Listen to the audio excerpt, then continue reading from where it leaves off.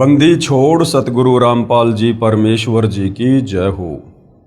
परम पिता परमात्मा सारी सृष्टि के रचनहार कुल मालिक असंख्य ब्रह्मांडों के स्वामी जगत गुरु तीनों लोकों में प्रवेश करके सबका धारण पोषण करने वाले राजाधिराज आत्माधार नाथों के नाथ देवों के देव महादेव सर्वेश्वर महेश्वर मृत्युंजय अजरो अमर आदि अनादि सनातनी प्रभु जगत पिता जगदीश्वर श्री श्री 1008 की उपाधि के वास्तविक अधिकारी अकाल मूरत सौद स्वरूपी राम वासुदेव सर्वगतम ब्रह्म परम पूज्य प्रथम पूज्य परम संत परम पुरुष परम धनी परम दयालु सत्य कबीर हक्का कबीर अल्लाहु कबीर अल्लाहु अकबर बाखबर अल्लाह ताला जगत के तारणहार जगत के मुक्तिदाता जगत के जगन्नाथ हारे के सहारे हिंदुओं के राम मुसलमानों के अल्लाह सिखों के वाहिगुरु ईसाइयों के मसीह दया के सागर दयानिधि करुणा के सागर करुणानिधि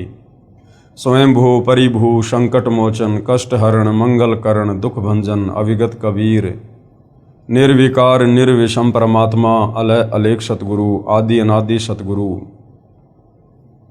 असली मर्यादा पुरुषोत्तम असली राम असली कृष्ण असली घनश्याम असली मुरारी राजाओं के राजा महाराजाओं के महाराजा शहंशाहों के शहंशाह सम्राटों के सम्राट भगवानों के भगवान अल्लाहों के अल्लाह प्रभुओं के प्रभु मसीहाओं के मसीह सच्चे वाहिगुरु बाबाओं के बाबा पीरों के पीर सेठों के सेठ जगत सेठ सावड़सा सेठ सर्वगुण संपन्न अनंत कोटि कलाओं के स्वामी अनंत कोटि ब्रह्मांडों के नायक योगियों में महायोगी ध्यानियों में महाध्यानी सिद्धों में परम सिद्ध ज्ञानियों में तत्वज्ञानी ब्रह्म ज्ञानी महाज्ञानी परम ज्ञानी सर्वश्रेष्ठ ज्ञानी विज्ञानी युवा कबीर समर्थ कबीर असमवात अमित ओजा सच्चे रहनुमा करीम अल्लाह सुभान अल्लाह दुनिया के अंतिम पैगंबर 8 सितंबर 1951 से गांव धनाना जिला सोनीपत हरियाणा भारतवर्ष की पावन भूमि पे प्रकट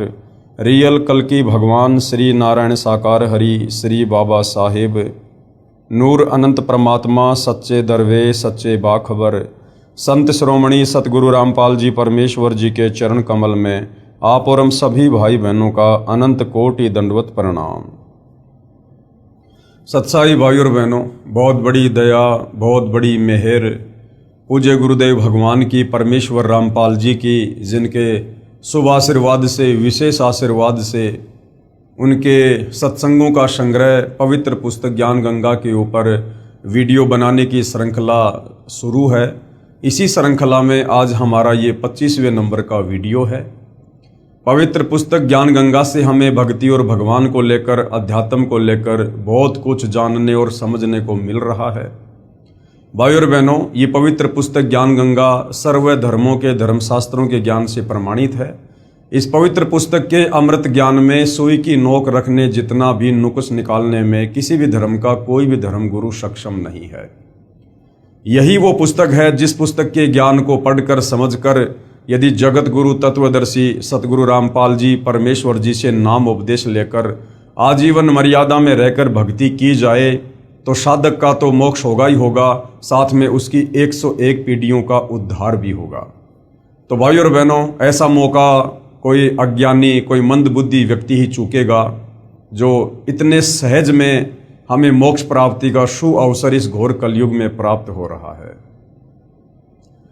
तो भाई और बहनों, इस पवित्र पुस्तक को समझने के लिए सबसे पहले हमने सृष्टि रचना को समझना पड़ेगा, क्योंकि सृष्टि रचना भक्ति मार्ग की मास्टर की है। सृष्टि रचना को समझे बिना हम अध्यात्म में सफल नहीं हो पाएंगे, हम भक्ति मार्ग में आगे नहीं बढ़ पाएंगे। तो सृष्टि रचना के ऊपर पहले बहुत ज़्यादा वीडियो बन चुके हैं। यदि आप जिन्हें अभी तक पवित्र पुस्तक ज्ञान गंगा के ऊपर बन चुके पहले के वीडियो नहीं देखे हैं तो आपने प्रत्येक वीडियो को शुरुआत से देखना चाहिए।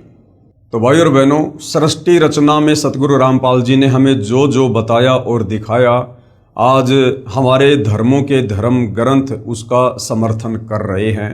साथ में पूर्ण संत की क्या पहचान है, तत्वदर्शी संत की क्या पहचान है, गीता जी में कहाँ कहाँ इस बात का प्रमाण है, आप और हमें इन सब बातों की इस जानकारी इस पवित्र पुस्तक ज्ञान गंगा से हुई है। साथ में बहुत सारे भविष्य वक्ता हैं जिन्होंने सतगुरु रामपाल जी को लेकर वर्तमान समय को ध्यान में रखते हुए भविष्यवाणियां की हैं। उन तमाम भविष्यवाणियों पर सतगुरु रामपाल जी बिल्कुल खरे उतरते हैं। तो हमें यहाँ भी विश्वास हो जाता है कि हम जिस सतभक्ति मार्ग पर लगे हैं और जिस सतभक्ति मार्ग के प्रणेता सतगुरु रामपाल जी हैं, तो मोक्ष प्राप्ति में हमें किसी प्रकार का कोई भी धोखा नहीं है। अब भाइयों और बहनों, अध्यात्म को और अच्छे से जानने के लिए, क्योंकि हमारे धर्म शास्त्र अध्यात्म का मूल है और धर्म शास्त्रों से ही हमें विश्वास होगा कि वास्तव में जो सतज्ञान वर्तमान में सतगुरु रामपाल जी दे रहे हैं, ये सतज्ञान तो लगभग हमारे सभी सदग्रंथों में पहले से वर्णित है, परंतु हमारे धर्म गुरु तत्व ज्ञान के अभाव में हमें निष्कर्ष निकाल कर नहीं दे पाए कि वास्तव में परमात्मा कौन है, कैसा है, कहाँ रहता है, भक्ति की शुरुआत कैसे होती है, गुरु बनाना कितना आवश्यक है। इन तमाम बातों की जानकारी हमारे धर्मगुरु हमें नहीं दे पाए। हमारे धर्मगुरु केवल संस्कृत भाषा के ज्ञाता थे। संस्कृत भाषा के ज्ञाता होने के कारण वो हमें वेदों को पढ़ाते रहे, गीता जी को पढ़ाते रहे, पुराणों को पढ़ाते रहे, परंतु उनमें जो निष्कर्ष है, जो कोड वर्ड में है, संकेतों में है, वो हमें नहीं समझा पाए। उसके लिए भाइयों और बहनों तत्वदर्शी संत की जरूरत पड़ती है, क्योंकि हमारे धर्म ग्रंथों से बढ़कर हमारे धर्मगुरु नहीं हो सकते हैं। और हमारे पवित्र धर्म ग्रंथ श्री गीता जी अध्याय 4 श्लोक 34 स्पष्ट कह रहा है कि अर्जुन, अगर तुझे पूर्ण मोक्ष चाहिए, अगर तुझे कंप्लीट अध्यात्म के विषय में जानकारी चाहिए और यदि तू उस परम धाम में जाना चाहता है जहां जाने के बाद साधक फिर कभी लौटकर इस काल ब्रह्म के 21 ब्रह्मांड में कर्म दंड भोगने के लिए वापस नहीं आता है, तो भाई तू किसी तत्वदर्शी संत की खोज कर ले। उस तत्वदर्शी संत को भली भांति दंडवत प्रणाम कर, उसको प्रसन्न कर, कपट छोड़कर सरलतापूर्वक व्यवहार कर, उससे सवाल कर, फिर वो तत्वज्ञानी महात्मा तुझे तत्व ज्ञान का उपदेश करेंगे। तो जब हमारे धर्म ग्रंथ ही कह रहे हैं कि भाई तत्वदर्शी संत के बिना आप मोक्ष प्राप्त नहीं कर सकते, आपको परमात्म ज्ञान नहीं हो सकता, तो भाइयों और बहनों, आज आप और हमारा सौभाग्य कि धरती पर वह तत्वदर्शी संत भी प्रकट है और उनके द्वारा बताया गया तत्व ज्ञान भी प्रकट हो चुका है।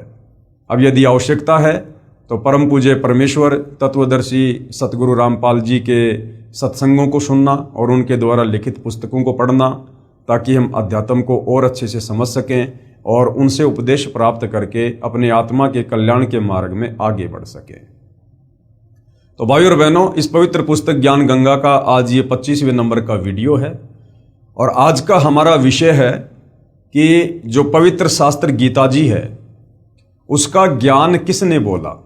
ये तो हम सबको पता है कि पवित्र गीता जी का ज्ञान लगभग आज से 5000 वर्ष पहले जब कुरुक्षेत्र के मैदान में महाभारत का युद्ध हो रहा था उस समय बोला गया था। लेकिन सदियों से आज तक हमारे धर्मगुरु हमें ये नहीं बता पाए कि वास्तव में गीता जी का ज्ञान बोला किसने था। जिससे भी पूछो, जिसने भी बताया, बस यही कहा कि गीता जी का ज्ञान श्री कृष्ण जी ने बोला, गीता जी का ज्ञान श्री कृष्ण जी ने बोला। भाइयों और बहनों, गीता जी का ज्ञान श्री कृष्ण जी ने अवश्य बोला, परंतु इसके पीछे की जो सूक्ष्म जानकारी है वो तत्व ज्ञान के बिना हमें नहीं हो सकती। श्री कृष्ण जी केवल गीता जी का ज्ञान बोलते हुए आप और हमें दिखाई दे रहे हैं, परंतु असल में गीता जी का ज्ञान श्री कृष्ण जी ने नहीं बोला। गीता जी का ज्यादातर ज्ञान श्री कृष्ण जी के शरीर में प्रेत की भांति प्रवेश करके और उनके पिता श्री निरंजन ने, अर्थात ज्योति निरंजन काल ब्रह्म, जो ब्रह्मा विष्णु महेश का पिता है, दुर्गा का पति है, इसने गीता जी का ज्ञान बोला और युद्ध करवाने के लिए बोला। अब भाइयों और बहनों, कहने मात्र से विश्वास नहीं होगा और कहने मात्र से विश्वास होना भी नहीं चाहिए, क्योंकि जब हमारे धर्म ग्रंथ इस बात की साक्षी दे रहे हैं, समर्थन कर रहे हैं कि भाई गीता जी का ज्ञान श्री कृष्ण जी में प्रेत की भांति प्रवेश करके उसके पिता ज्योति निरंजन अर्थात काल ने बोला, तो फिर हमें धर्मशास्त्रों से देख लेना चाहिए ताकि हमें दृढ़ विश्वास हो। तो भाइयों और बहनों, आज का हमारा टॉपिक यही है कि गीता जी का ज्ञान किसने बोला। और जब तक हम अपने धर्म ग्रंथों से इस गूढ़ सच्चाई को नहीं देख लेंगे, नहीं जान लेंगे, तब तक हमें दृढ़ विश्वास नहीं हो सकता है। और कबीर परमेश्वर जी की वाणी है कि मां मूंडू उस संत की जिससे संशय न जाए, और काल खावे थोड़े जीव सन से सब जग खाए। वो संत ही क्या जो भगत की शंकाओं का समाधान ना कर सके। तो सतगुरु रामपाल जी ने अध्यात्म को लेकर, भक्ति मार्ग को लेकर, एडी से लेकर चोटी तक कंप्लीट शंकाओं का प्रमाणित समाधान कर रखा है। बस आवश्यकता है हमने थोड़ा धैर्य धारण करके और निष्पक्ष होकर इन चीजों को समझने का। पवित्र पुस्तक ज्ञान गंगा, पेज नंबर 190, यथार्थ ज्ञान प्रकाश विषय। परमेश्वर के विषय में शास्त्र क्या बताते हैं? प्रभु, स्वामी, ईश, राम, खुदा, अल्लाह, रब, मालिक, साहेब, देव, भगवान, गॉड, ये सर्वशक्ति बोधक शब्द हैं जो भिन्न भिन्न भाषाओं में उच्चारण किए हुए लिखे जाते हैं। ये जितने भी नाम आप जी देख रहे हैं, आज लोगों ने अपने अपने हिसाब से, अपने अपने धर्म के हिसाब से इन नामों को बांट लिया है। मुसलमान कहते हैं कि अल्लाह के ऊपर हमारा अधिकार है, ईसाई कहते हैं मसीहा के ऊपर हमारा अधिकार है, हिंदू कहते हैं भगवान हमारा है, और सिख भाई कहते हैं कि वाहे गुरु हमारा है। परंतु भाई और बहनों, ये परमात्मा के नाम नहीं है, ये भगवान के नाम नहीं है, ये तो भगवान के उपमात्मक नाम हैं। जैसे हमारे देश के प्रधानमंत्री जी का जो पद है उसका नाम है प्रधानमंत्री, लेकिन उनके शरीर का नाम कुछ और है। जैसे वर्तमान में सन 2026 में श्री नरेंद्र मोदी हमारे भारत देश के प्रधानमंत्री हैं, तो उनके शरीर का जो वास्तविक नाम है वो है नरेंद्र मोदी, लेकिन उनकी जो उपमात्मक पदवी का नाम है वो है प्रधानमंत्री। इसी प्रकार ये जितने भी नाम आप जी देख रहे हैं, प्रभु, स्वामी, ईश, राम, खुदा, अल्लाह, रब, मालिक, साहेब, देव, भगवान, गॉड, ये उस परम अक्षर ब्रह्म, पूर्ण परमात्मा, सारी सृष्टि के रचयिता के वास्तविक नाम नहीं हैं। ये उनकी उपमात्मक पदवियों के नाम है। उस परमेश्वर का वास्तविक नाम आप जी ने सृष्टि रचना में देखा, सुना, पढ़ा, साथ में आपने वेदों से देखा कि उस परमेश्वर का वास्तविक नाम है कबीर देव, जिसे साधारण भाषा में हम कबीर परमात्मा कहते हैं। वेदों में जिसे कबीर देव और कबीर अग्नि नाम से संबोधित किया गया है। तो परमेश्वर का असल में क्या नाम है? कबीर देव। प्रभु यानी परमात्मा की महिमा से प्रत्येक प्राणी प्रभावित है कि कोई शक्ति है जो परम सुखदायक व कष्ट निवारक है। वह कौन है, कैसा है, कहाँ है, कैसे मिलता है, ये प्रश्नवाचक चिन्ह अभी तक पूर्ण रूप से नहीं हट पाया। ये शंका इस पुस्तक से पूर्ण रूप से समाप्त हो जाएगी। हालांकि ज़्यादातर तो ये शंका समाप्त हो चुकी है यदि आपने इस पुस्तक में लिखी सृष्टि रचना को पढ़ लिया और समझ लिया है तो, अन्यथा आगे जब आप वीडियो देखेंगे तो ये शंका पूरी तरह से समाप्त हो जाएगी। जो शंका सदियों से, सतयुग से परमात्मा चाहने वाली आत्माओं को अंदर से कचोट रही थी कि भाई हम जिस परमात्मा की भक्ति करना चाहते हैं, हम जिस परमात्मा को प्राप्त करना चाहते हैं, जिस परमेश्वर के गुण हमें धर्म ग्रंथों में लिखे हुए मिलते हैं कि वो बांझ को बेटा देता है, कोढ़ी को काया देता है, वो रोगी को निरोगी कर देता है, निर्धन को धन देता है, सर्व सुख देता है, वो परमात्मा है कौन ताकि हम उसकी भक्ति शुरू करें। वो कैसा है, दिखाई कैसा देता है, वो रहता कहाँ है, क्या वो धरती पर आता है, वो आकार में है या वो निराकार है। आज तक हमारे धर्मगुरु तत्व ज्ञान के अभाव से हमारे इन प्रश्नों का कोई प्रमाणित सटीक जवाब नहीं दे पाए थे, जिस भेद से आज परम संत सतगुरु रामपाल जी ने पूर्णतया पर्दा हटा दिया है।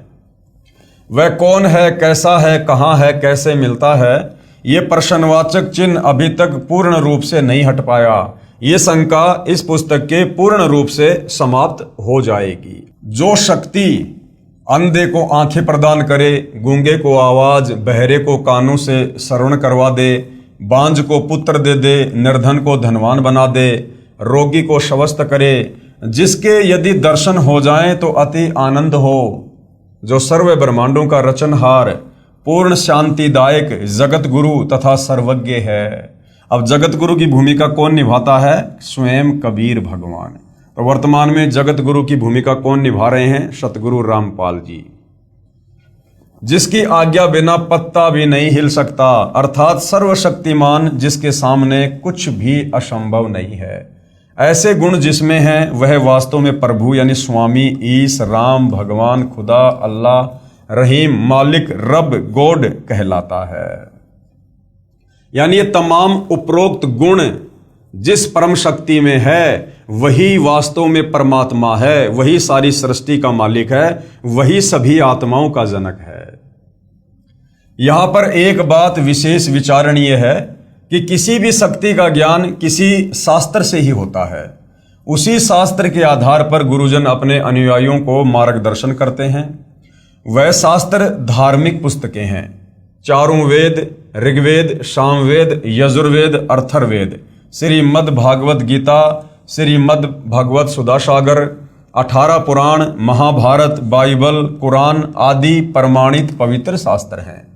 चारों वेद स्वयं पूर्ण परमात्मा के आदेश से ज्योति निरंजन अर्थात काल ने समुद्र के अंदर अपने श्वासों के द्वारा गुप्त छिपा दिया तथा प्रथम बार सागर मंथन के समय ये चारों वेद श्री ब्रह्मा जी को प्राप्त हुए। ये जो वेद हैं, जो वेद ज्ञान है, ये वेद ज्ञान कबीर परमेश्वर जी ने इस ज्योति निरंजन, इस काल के अंतःकरण में डाल दिए थे।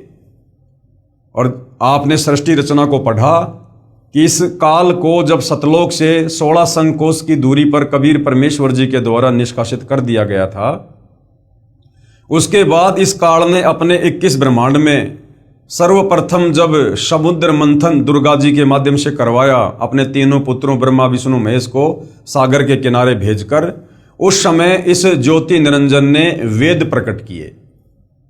और उन वेदों में से ज्यादातर ज्ञान जो सतलोक के विषय में था, इस काल की गलतियों के विषय में था, इसके पाखंड के विषय में था, वो ज्ञान ज्यादातर इसने समाप्त कर दिया था।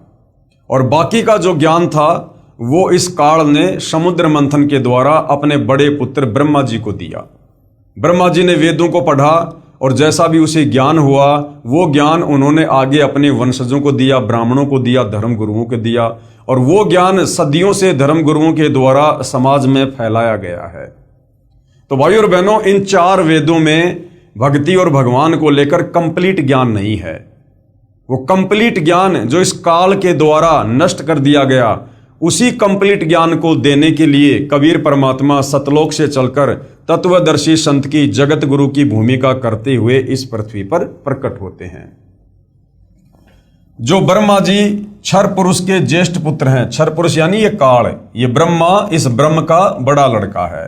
तो ब्रह्मा ने वेद पढ़े तथा जैसा समझा उसी आधार पर संसार में ज्ञान का प्रचार अपने वंशजों ऋषियों के द्वारा करवाया।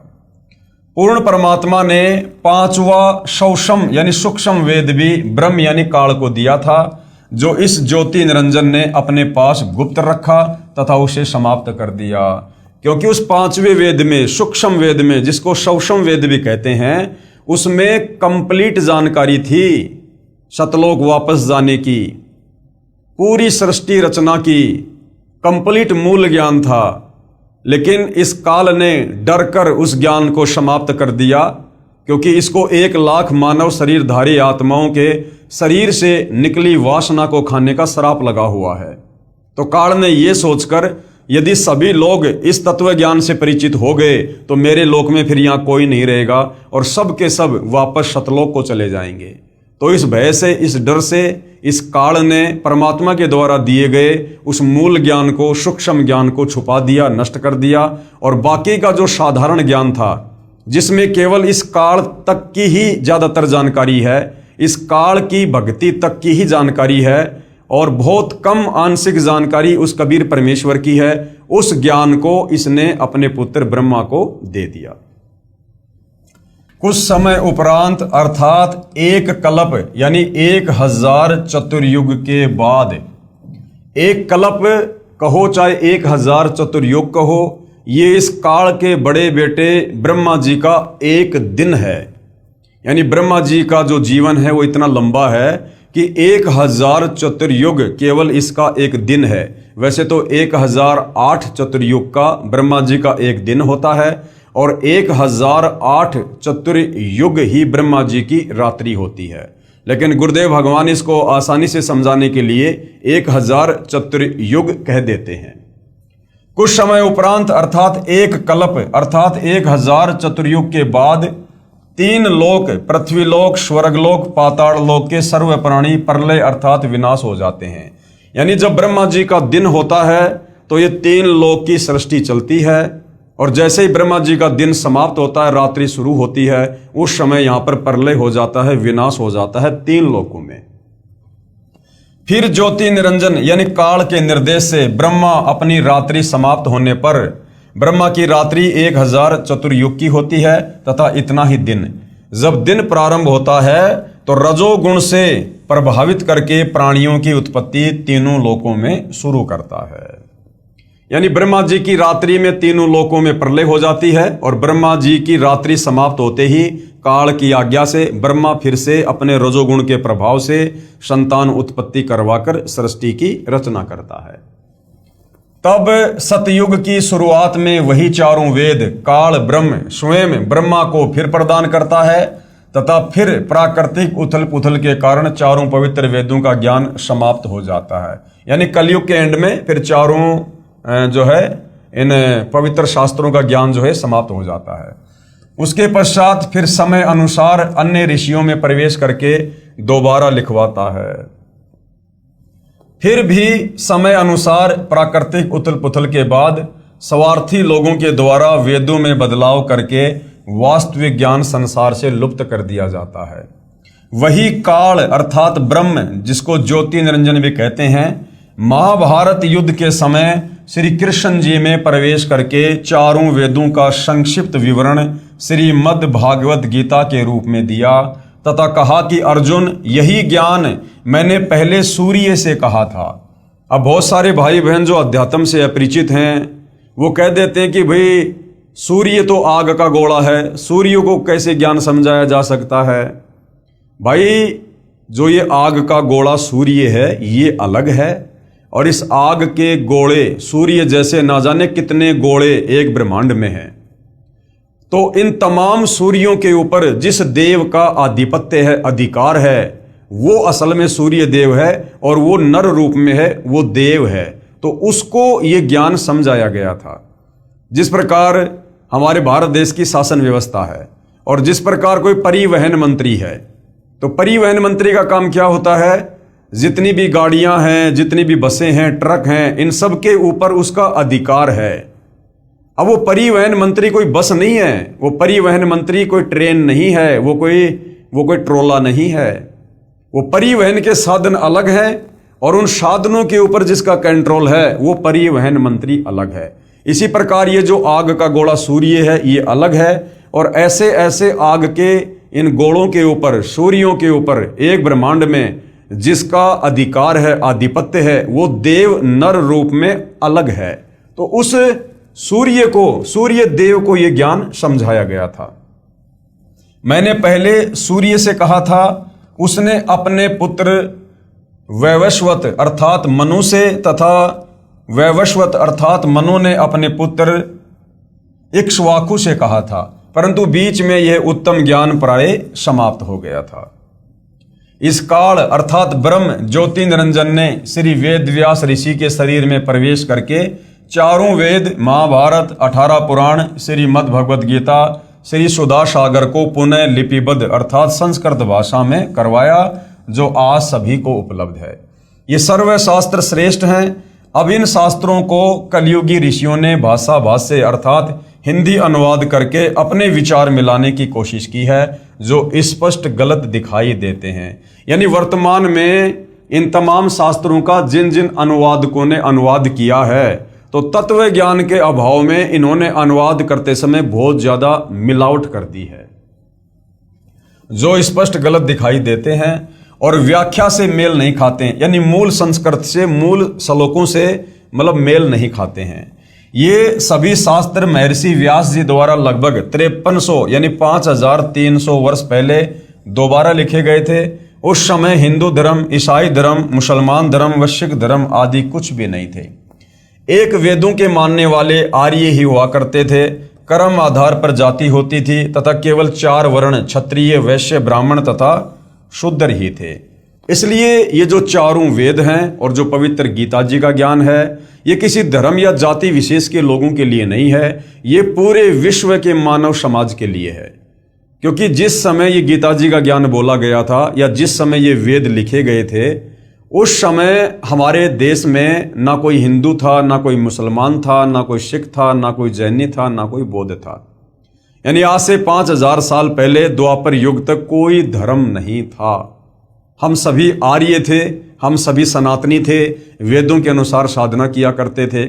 उसके बाद आगे चलकर इस कलयुग में इस काल बलि ने, क्योंकि इसको पहले से पता था कि कलयुग में परमात्मा सतलोक से चलकर आएंगे, अपने तत्व ज्ञान का प्रचार करेंगे और मेरे 21 ब्रह्मांड से आत्माओं को भक्ति देकर और सतलोक लेकर जाएंगे। तब इस काल ने इतना ज्यादा बखेड़ा शुरू कर रखा है।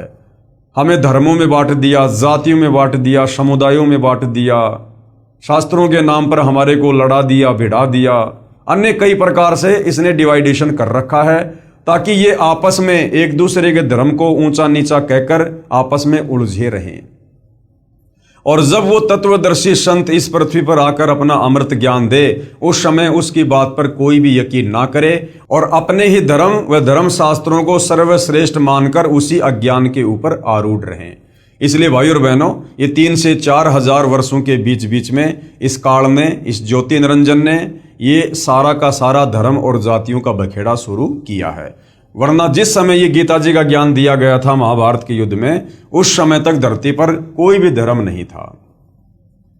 इससे एक तो ये प्रमाणित हो जाता है कि ये सर्वशास्त्र किसी धर्म या व्यक्ति विशेष के लिए नहीं है, ये केवल मानव मात्र के कल्याण हेतु हैं।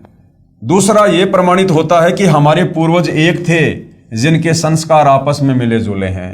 आज जो हिंदू, मुसलमान, सिख, ईसाई, जैनी, बौद्ध, यहूदी बने हुए हैं, पहले हम सब एक ही थे, आर्य थे, सनातनी थे। हम सब के संस्कार एक जैसे ही हैं। हमारे पूर्वज सबसे पहले एक ही थे। आगे चलकर जिन्होंने जैसे जैसे धर्म को अपना लिया, उस हिसाब से किसी को मुसलमान कहना शुरू कर दिया, किसी को हिंदू, किसी को जैनी, किसी को बौद्ध, किसी को ईसाई। वरना हम सब पहले एक ही थे। जैसे भाइयों और बहनों, आज से लगभग 600 साढ़े 600 वर्ष पहले आदरणीय नानक जी के द्वारा सिख पंथ की नींव डाली गई थी। आगे चलकर जो सिख धर्म बन गया। अब 650 साल पहले वर्तमान के जितने भी सिख हैं, ये सारे के सारे हिंदू ही तो हैं। ये रामकृष्ण की भक्ति करते थे, ब्रह्मा विष्णु महेश की भक्ति किया करते थे। लेकिन नानक जी ने एक नए पंथ की शुरुआत की थी। आगे चलकर उसको इन लोगों ने धर्म में तब्दील कर दिया। तो इसी प्रकार चाहे मुसलमान हो, चाहे ईसाई हो, चाहे जैनी हो, चाहे बौद्ध हो, चाहे यहूदी हो, सब पहले सनातनी थे, सब वेदों के अनुसार साधना किया करते थे। इसलिए हम सबके संस्कार मिले जुले हैं। आज कोई हिंदू है, कल को मरने के बाद वो मुसलमान के घर में जन्म लेगा। आज कोई मुसलमान है, कल को मरने के बाद वो हिंदू धर्म में कोई यादव बनेगा, कोई पंडित बनेगा, कोई ब्राह्मण बनेगा, क्योंकि हमारे पिछले संस्कार मिले जुले हैं। सर्वप्रथम पवित्र शास्त्र गीता जी पर विचार करते हैं। पवित्र गीता जी, जिसका ज्ञान लगभग 5000 वर्ष पहले महाभारत युद्ध के दौरान कुरुक्षेत्र के मैदान में श्री कृष्ण जी के शरीर में प्रेत की भांति प्रवेश करके जो है ब्रह्मा विष्णु महेश के पिता ज्योति निरंजन काल ब्रह्म ने बोला, अब हम उसके ऊपर विचार करते हैं और अध्यात्म को समझते हैं। क्योंकि गीता जी को तो हम उस समय समझेंगे जब पहले हमें यह पता चलेगा कि वास्तव में गीता जी का ज्ञान बोला किसने है और क्यों बोला है। पवित्र गीता जी का ज्ञान किसने कहा है? पवित्र गीता जी के ज्ञान को उस समय बोला गया था जब महाभारत का युद्ध होने जा रहा था। अर्जुन ने युद्ध करने से इनकार कर दिया था। युद्ध क्यों हो रहा था? इस युद्ध को धर्म युद्ध की संज्ञा नहीं दी जा सकती। यह कोई सीमाओं का युद्ध नहीं था। कोई बाहरी देश हमारे देश के ऊपर आक्रमण नहीं कर रहे थे। ये आपस में भाई बंटवारे का युद्ध था, कौरव और पांडवों का। इस युद्ध को धर्म युद्ध की संज्ञा भी नहीं दी जा सकती, क्योंकि दो परिवारों का संपत्ति वितरण का विषय था। कौरवों तथा पांडवों का संपत्ति बंटवारा नहीं हो रहा था। कौरवों ने पांडवों को आधा राज्य भी देने से मना कर दिया था। दोनों पक्षों का बीच बचाव करने के लिए भगवान श्री कृष्ण जी 3 बार शांति दूत बनकर गए, परंतु दोनों ही पक्ष कौरव और पांडव अपनी अपनी जिद पर अटल थे। श्री कृष्ण जी ने युद्ध से होने वाली हानि से भी परिचित कराते हुए कहा कि ना जाने कितनी बहन विधवा होंगी, ना जाने कितने बच्चे अनाथ होंगे, महापाप के अतिरिक्त कुछ नहीं मिलेगा। युद्ध में न जाने कौन मरे कौन बचे। तीसरी बार जब श्री कृष्ण जी समझौता करवाने गए तो दोनों पक्षों ने अपने अपने पक्ष वाले राजाओं की सेना सहित सूची पत्र दिखाया। तीसरी बार जब श्री कृष्ण जी शांति दूत बनकर गए, क्योंकि श्री कृष्ण जी युद्ध के पक्ष में नहीं थे।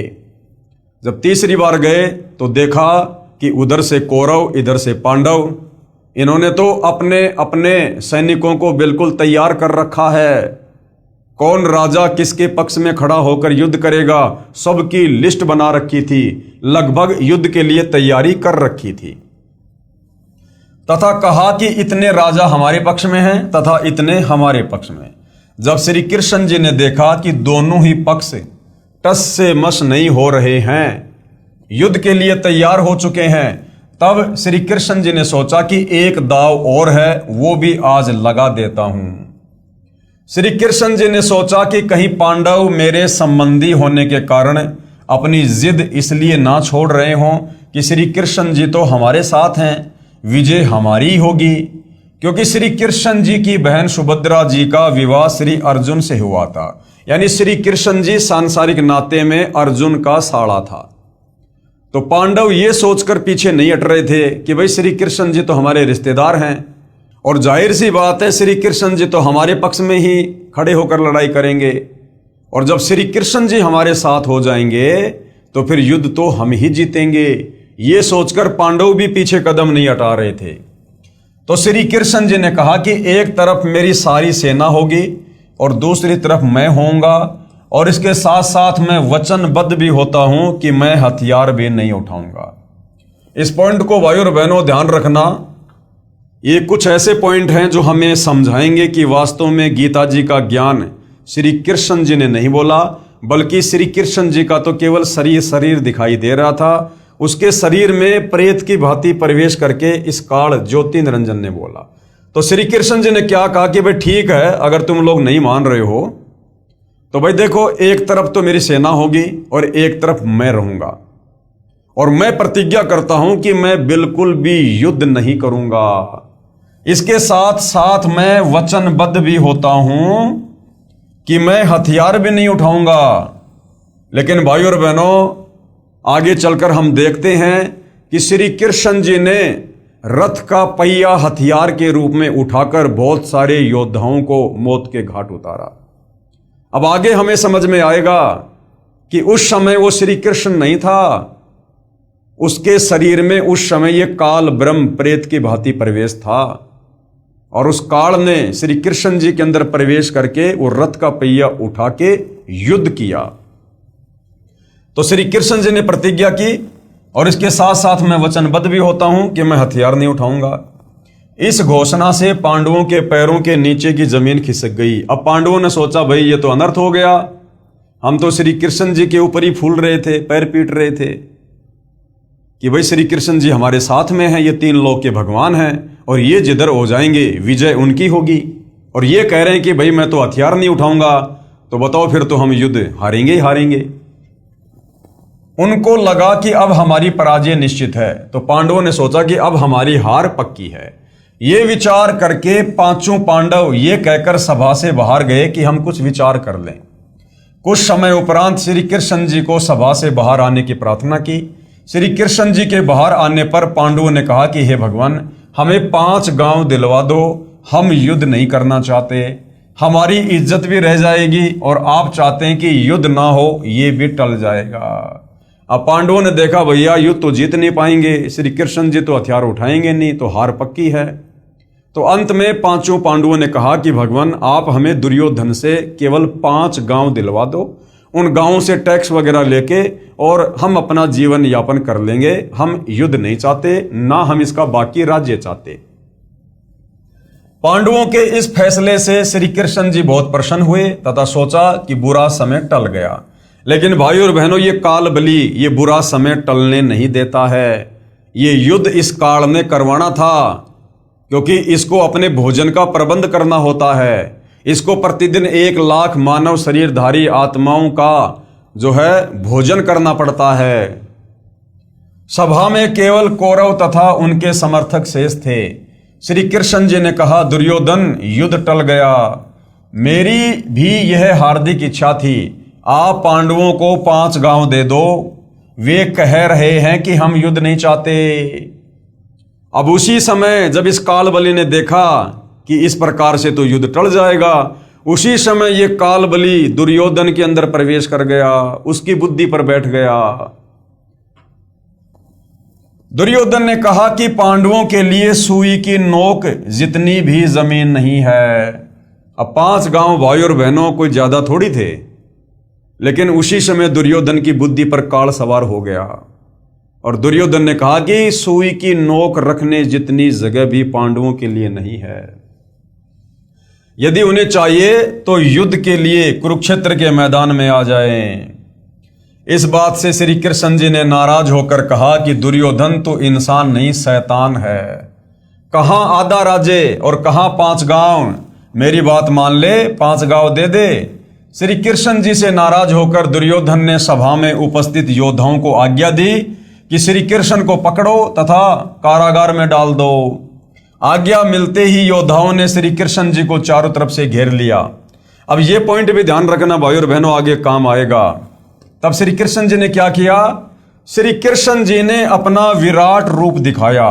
यानी श्री कृष्ण जी जो कि विष्णु जी हैं, इन्होंने अपना विराट रूप, अपना तेजोमय रूप दिखाया इन्होंने, जिसके तेज के आगे सर्व योद्धाओं की आंखें चक्काचौंध हो गई। उस तेज को वो सहन नहीं कर पाए और इधर उधर छुपने लगे। अर्थात तीसरी बार जब श्री कृष्ण जी पांडवों और कौरवों के बीच में शांति दूत बनकर गए कि युद्ध ना हो, उस समय दुर्योधन की जिद पर फिर श्री कृष्ण जी ने अपना विराट रूप दिखाया। इस बात को याद रखना, श्री कृष्ण जी ने अपना विराट रूप दिखाया, जिस कारण से सभी योद्धा और कौरव डरकर कुर्सियों के नीचे घुस गए तथा शरीर के तेज प्रकाश से आंखें बंद हो गई। श्री कृष्ण जी वहां से निकल गए।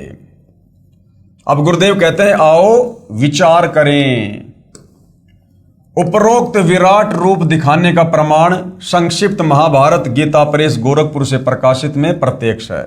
जब कुरुक्षेत्र के मैदान में पवित्र गीता जी का ज्ञान सुनाते समय अध्याय 11 श्लोक 32 में पवित्र गीता बोलने वाला प्रभु कह रहा है कि अर्जुन, मैं बढ़ा हुआ काल हूं, अब सर्व लोकों को खाने के लिए प्रकट हुआ हूं, प्रवृत्त हुआ हूं, प्रकट हुआ हूं। गीता जी अध्याय 11 श्लोक नंबर 32। महाभारत का युद्ध, दोनों तरफ सेनाएं हैं, सभी योद्धाएं हैं, बीच में श्री कृष्ण जी और अर्जुन जी रथ को लेकर खड़े हैं और गीता जी का उपदेश दिया जा रहा है। अब गीता जी अध्याय 11 श्लोक 32 क्या कह रहा है?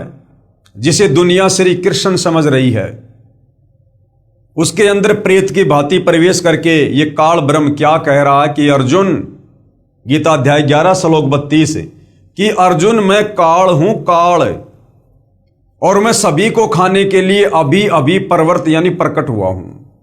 अब विचार करो भाई और बहनों, श्री कृष्ण जी ये बात क्यों बोलेंगे कि मैं काल हूं? उससे पहले श्री कृष्ण जी ने कभी नहीं कहा अपने जीवन काल में कि मैं काल हूं। और श्री कृष्ण जी तो काल थे भी नहीं। श्री कृष्ण जी को देखकर तो पशु पक्षी भी, नर और नारी भी जो है बड़े आनंदित होते थे, बड़े प्यार प्रेम से रहा करते थे। और ना महाभारत के युद्ध के बाद कभी श्री कृष्ण जी ने कहा कि मैं काल हूं, क्योंकि उस समय श्री कृष्ण जी के शरीर में यह काल प्रवेश था। और कह रहा कि मैं अभी अभी परवर्त यानी प्रकट हुआ हूं, अभी अभी, जबकि श्री कृष्ण जी तो वहां पर पहले से ही थे। फिर ये क्यों कह रहा है कि मैं अभी अभी प्रकट हुआ हूं? क्योंकि उस समय श्री कृष्ण जी के शरीर में प्रेत की भांति ये काल प्रकट हुआ, इसलिए वो काल कह रहा कि भाई मैं तो अभी अभी प्रकट हुआ हूं। जो तू युद्ध नहीं करना चाह रहा ना, कि मैं युद्ध नहीं करना चाहता, मैं तो भिक्षा का अन्न खाकर अपना गुजारा कर लूंगा, मैं किसको मारूं, सामने मेरे तो यार दोस्त मित्र रिश्तेदार भाई बंधु हैं। तो काल ने देखा भैया अगर अर्जुन पीछे हट गया तो इसका मतलब कोई भी पांडव हथियार नहीं उठाएगा, फिर मेरे भोजन का इंतजाम कैसे होगा? तो उसी समय श्री कृष्ण जी के शरीर में यह काल प्रवेश करता है और इस अर्जुन को अपना विराट रूप दिखाता है, काल रूप दिखाता है, जिससे अर्जुन डर जाता है और कहता अर्जुन मैं काल हूं और अभी अभी प्रकट हुआ हूं। जबकि श्री कृष्ण जी तो वहां पर पहले से ही उपस्थित थे, लेकिन उस समय यह काल उसके अंदर प्रवेश करके प्रकट हुआ, इसलिए कह रहा कि मैं तो अभी अभी प्रकट हुआ हूं। गीता अध्याय 11 श्लोक 32 में पवित्र गीता बोलने वाला प्रभु यानी काल कह रहा है कि अर्जुन मैं बढ़ा हुआ काल हूं, अब सर्व लोगों को खाने के लिए प्रकट हुआ हूं। जरा सोचिए कि श्री कृष्ण जी तो पहले से ही अर्जुन जी के साथ में थे। यदि पवित्र गीता जी के ज्ञान को श्री कृष्ण जी बोल रहे होते तो ये नहीं कहते कि मैं अभी परवर्त यानी प्रकट हुआ हूं, क्योंकि वो तो पहले से थे। श्री कृष्ण जी काल नहीं थे, जो कह रहे हैं ना कि मैं काल हूं, अध्याय 11 श्लोक 32 में कि अर्जुन मैं काल हूं। श्री कृष्ण जी काल नहीं थे, उनके दर्शन मात्र से मनुष्य पशु गाय आदि प्रसन्न होकर श्री कृष्ण जी के पास आकर प्यार पाते थे। क्या काल के पास आकर कोई प्रसन्न रह सकता है? उसकी तो शकल से भी डर लगे। जिनके दर्शन बिना गोपियों का खाना पीना छूट जाता था, इसलिए काल कोई और शक्ति है, वह श्री कृष्ण जी के शरीर में प्रेतवत यानी भूत की तरह प्रवेश करके और पवित्र श्रीमद् भगवत गीता जी के ज्ञान रूप में चारों पवित्र वेदों का सार बोल गया। उसकी 1000 भुजाएं हैं, किसकी? काल की। देखो श्री कृष्ण जी जब इस धरती पर प्रकट हुए तो एक मनुष्य रूप में प्रकट हुए, और वैसे ये श्री विष्णु जी हैं, तो श्री विष्णु जी 16 कला के भगवान हैं और ज्यादा से ज्यादा इनकी 4 भुजा हैं। जबकि गीता जी का ज्ञान देते समय खुद कह रहा है, जब उसको इस काल ने श्री कृष्ण जी में प्रवेश करके अर्जुन को अपना विराट रूप दिखाया, तो अर्जुन ने देखा कि ये तो 1000 भुजा वाला भगवान है, और अर्जुन खुद कह रहा कि हे सहस्त्रा बाहु, अर्थात 1000 भुजा वाले भगवान। अरे भैया श्री कृष्ण या श्री विष्णु जी तो केवल 4 भुजा रख सकते हैं, इससे ज्यादा नहीं बना सकते, कम से कम 2 और ज्यादा से ज्यादा 4। जबकि अर्जुन कह रहा कि हे सहस्त्रा बाहु, 1000 भुजा वाले भगवान, तो 1000 कला का स्वामी ये काल है, ये 1000 भुजा बना सकता है, 1000 मुंह लगा सकता है। तो महाभारत के युद्ध में श्री कृष्ण जी के शरीर में प्रवेश करके ये काल बोल रहा है। उसकी 1000 भुजाएं हैं, किसकी? काल की। श्री कृष्ण जी श्री विष्णु जी के अवतार थे, जिनकी मात्र 4 भुजाएं हैं। फिर अध्याय 11 श्लोक 21 व 46 में अर्जुन कह रहा है कि भगवान आप तो ऋषियों देवताओं तथा सिद्धों को भी खा रहे हो, जो आपका ही गुणगान पवित्र वेदों के मंत्रों द्वारा उच्चारण कर रहे हैं। अब पहली बात तो श्री कृष्ण जी के भक्तों को, श्री विष्णु जी के भक्तों को विचार करना चाहिए। आप गीता जी को सत्य मानते हो, और यहां गीता जी अध्याय 11 श्लोक 21 और 46 को ध्यान से पढ़ो। अर्जुन खुद अपनी आंखों से देखकर कह रहा है कि भगवान आप तो उन्हीं को खा रहे हो जो आपकी भक्ति कर रहे हैं, आपकी पूजा कर रहे हैं, आप तो उन्हीं को खा रहे हो। तो बताओ भाई और बहनों, आप श्री कृष्ण जी की पूजा करते हो, श्री विष्णु जी की पूजा करते हो, और अर्जुन खुद अपनी आंखों से देखकर कह रहा कि भगवान आप तो उन्हीं को खा रहे हो जो आप ही की जय जयकार कर रहे हैं, जो आप ही की पूजा कर रहे हैं। तो श्री कृष्ण जी श्री विष्णु जी पूजा के योग्य नहीं हैं। लेकिन इस समय श्री कृष्ण जी में, श्री विष्णु जी में काल प्रवेश था, 1000 भुजा का भगवान, ये ज्योति निरंजन, और ये सबको खा रहा था, क्योंकि ये ब्रह्मा विष्णु महेश को भी नहीं छोड़ता है। जब उनका समय पूरा होता है तो ये उनको भी तपतशिला पर भून भून के खाता है, क्योंकि इसको प्रतिदिन 1 लाख मानव शरीरधारी आत्माओं के शरीर से निकली वासना खाने का श्राप लगा हुआ है। आप तो ऋषियों, देवताओं तथा सिद्धों को भी खा रहे हो। ये गीता अध्याय 11 श्लोक 21 और 46 में आप जी देख सकते हो। जो आपका ही गुणगान पवित्र वेदों के मंत्रों द्वारा उच्चारण कर रहे हैं तथा अपने जीवन की रक्षा के लिए मंगल कामना कर रहे हैं। कुछ आपके दाढ़ों में लटक रहे हैं, कुछ आपके मुख में समा रहे हैं। हे सहस्त्राबाहु, अर्जुन क्या कह रहा है? हे सहस्त्राबाहु, हे 1000 भुजा के भगवान। अगर श्री कृष्ण जी होते तो श्री कृष्ण जी तो भैया ज्यादा से ज्यादा 4 भुजा बना सकते हैं, क्योंकि ये विष्णु जी हैं, इससे ज्यादा नहीं। फिर 1000 भुजा कौन दिखा रहा है अर्जुन को? ये काल श्री कृष्ण जी में प्रवेश करके। हे सहस्त्राबाहु यानी 1000 भुजा के भगवान, अर्थात 1000 भुजा वाले भगवान, आप अपने उसी चतुर्भुज रूप में आइए। यानी अर्जुन भी नहीं समझ पा रहा था कि ये मामला क्या हो रहा है, तो अर्जुन डर गया और कहा कि भगवान आप अपने विष्णु रूप में दर्शन दीजिए, 4 भुजा वाले रूप में दर्शन दीजिए। आप अपने उसी चतुर्भुज रूप में आइए। मैं आपके विकराल रूप को देखकर धीरज नहीं पा रहा। यानी मैं तो डामाडोल हो गया, मैं तो भयभीत हो गया, मेरा तो कलेजा फटने को हो गया। आप अपने उसी चतुर्भुज रूप में, विष्णु रूप में मुझे दर्शन दीजिए। अध्याय 11 श्लोक 47 में पवित्र गीता जी को बोलने वाला प्रभु काल कह रहा है कि हे अर्जुन, यह मेरा वास्तविक काल रूप है, जिसे तेरे अतिरिक्त पहले किसी ने नहीं देखा। क्योंकि इसने सौगंध खा रखी है कि किसी भी प्रकार की भक्ति से, जप से, तप से कोई मेरे काल रूप का दर्शन नहीं कर सकता। इसने दुर्गा को कह दिया था कि दुर्गा, आज के बाद मैं किसी को अपने वास्तविक काल रूप में दर्शन नहीं दूंगा। यदि आपने सृष्टि रचना पढ़ी है तो आपको समझ आ रहा होगा। अब विचार करना भाइयों और बहनों, यहां पर गीता जी अध्याय 11 श्लोक 47 आप जी नोट कर सकते हो, देख सकते हो पवित्र गीता जी में। गीता अध्याय 11 श्लोक 47 में पवित्र गीता जी को बोलने वाला ये प्रभु काल कह रहा है कि हे अर्जुन, ये मेरा वास्तविक काल रूप है, जिसे तेरे अतिरिक्त पहले किसी ने नहीं देखा। अब विचार करो भाइयों और बहनों, यदि इस महाभारत के युद्ध के समय ये विराट रूप अगर श्री कृष्ण जी दिखा रहे होते, पहली बात तो श्री कृष्ण जी 1000 भुजा बना नहीं सकते, क्योंकि ये केवल 4 भुजा के भगवान हैं। और यदि ये ज्ञान श्री कृष्ण जी दे रहे होते तो ये बात कभी नहीं बोलते कि अर्जुन, तेरे अतिरिक्त पहले किसी ने नहीं देखा, कि मेरा ये विराट रूप तेरे अलावा पहले किसी ने नहीं देखा। जबकि थोड़ी देर पहले आपने देखा कि जब श्री कृष्ण जी तीसरी बार शांति समझौता करवाने के लिए दुर्योधन की सभा में गए, तो दुर्योधन ने नाराज होकर अपने सैनिकों को आदेश दिया कि श्री कृष्ण जी को बंदी बनाकर जेल में डाल दो।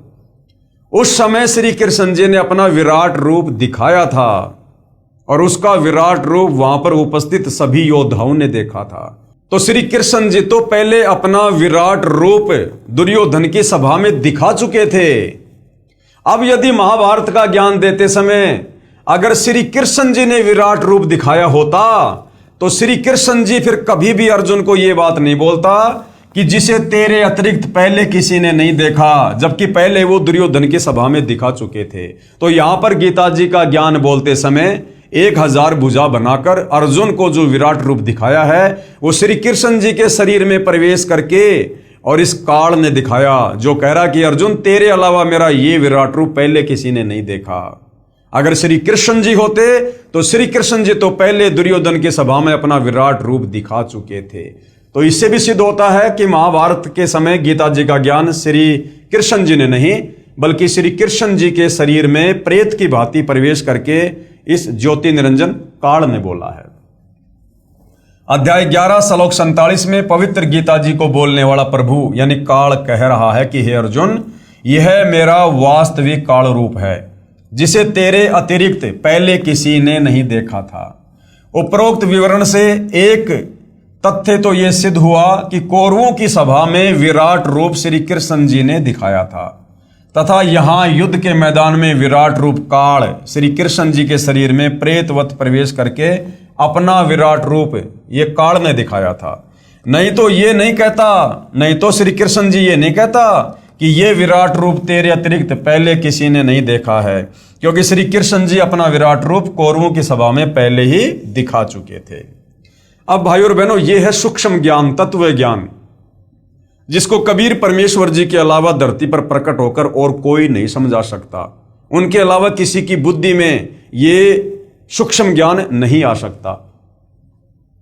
तो हमारे पवित्र ग्रंथ गीता जी में सारी सच्चाई लिखी हुई है, लेकिन तत्व ज्ञान के अभाव से हमारे धर्मगुरु समझ नहीं पाए। दूसरी ये बात सिद्ध हुई कि पवित्र गीता जी को बोलने वाला काल ब्रह्म ज्योति निरंजन है, न कि श्री कृष्ण जी, क्योंकि श्री कृष्ण जी ने पहले कभी नहीं कहा कि मैं काल हूं, तथा बाद में भी नहीं कहा कि मैं काल हूं। श्री कृष्ण जी काल नहीं हो सकते, उनके दर्शन मात्र को तो दूर दूर क्षेत्र के स्त्री तथा पुरुष तड़पा करते थे। अब आगे क्या कह रहे हैं पूज्य गुरुदेव, विराट रूप क्या होता है?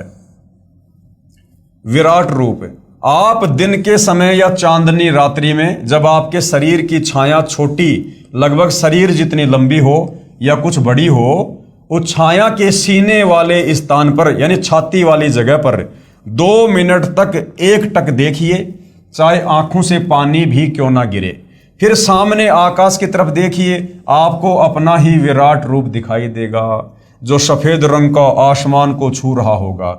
इसी प्रकार प्रत्येक मानव अपना विराट रूप रखता है, परंतु जिनकी भक्ति शक्ति ज्यादा होती है उनका उतना ही तेज अधिक होता जाता है। इसी प्रकार श्री कृष्ण जी भी पूर्व भक्ति शक्ति से सिद्धि युक्त थे। उन्होंने भी अपनी सिद्धि शक्ति से अपना विराट रूप प्रकट कर दिया, जो काल के तेजोमय शरीर यानी विराट से कम तेज का था। तीसरी बात यह सिद्ध हुई कि पवित्र गीता जी बोलने वाला प्रभु काल सहस्त्राबाहु अर्थात 1000 भुजा युक्त है, तथा श्री कृष्ण जी तो श्री विष्णु जी के अवतार हैं, जो 4 भुजा युक्त हैं। श्री विष्णु जी 16 कला युक्त हैं, तथा श्री ज्योति निरंजन अर्थात ये काल भगवान 1000 कला युक्त है।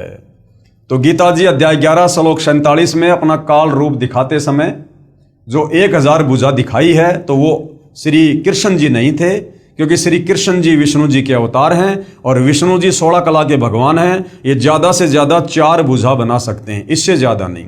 तो 1000 भुजा वाला जिसने अर्जुन को महाभारत के युद्ध के समय विराट रूप में दर्शन दिए, वो कौन है?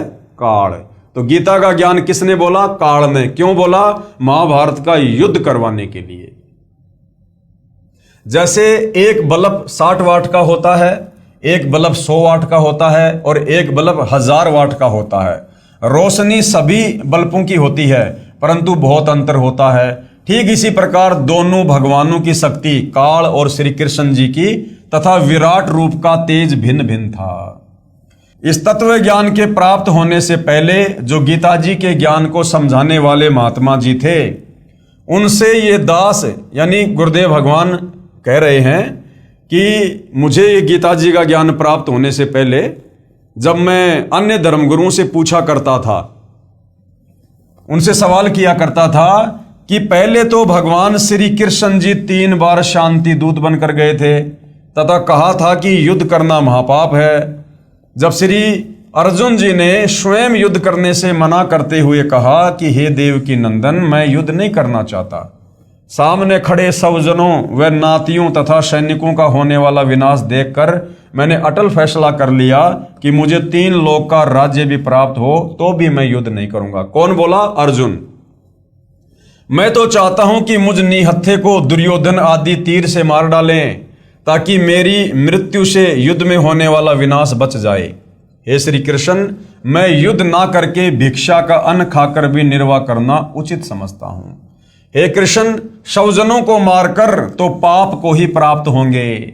मेरी बुद्धि काम करना बंद कर गई है। आप हमारे गुरु हो, क्योंकि श्री कृष्ण जी 5 पांडवों के गुरु थे, और मैं आपका शिष्य हूं। आप जो हमारे हित में हो वही सलाह दीजिए। परंतु मैं नहीं मानता हूं कि आपकी कोई भी सलाह मुझे युद्ध के लिए राजी कर पाएगी, अर्थात मैं युद्ध नहीं करूंगा। अर्जुन ने साफ साफ श्री कृष्ण जी को कह दिया था। इसका प्रमाण कहाँ है? प्रमाण है पवित्र गीता जी अध्याय 1 श्लोक नंबर 31 से 39 तथा 46 तथा अध्याय 2 श्लोक 5 से 8 में। फिर श्री कृष्ण जी में प्रवेश काल बार बार कह रहा है कि अर्जुन कायर मत बन। अब काल ने देखा भैया अर्जुन तो युद्ध करने के लिए बिल्कुल भी तैयार नहीं हो रहा है, और युद्ध नहीं करेगा तो फिर मेरे भोजन का क्या होगा। उसके बाद तुरंत श्री कृष्ण जी में ये काल प्रवेश कर जाता है।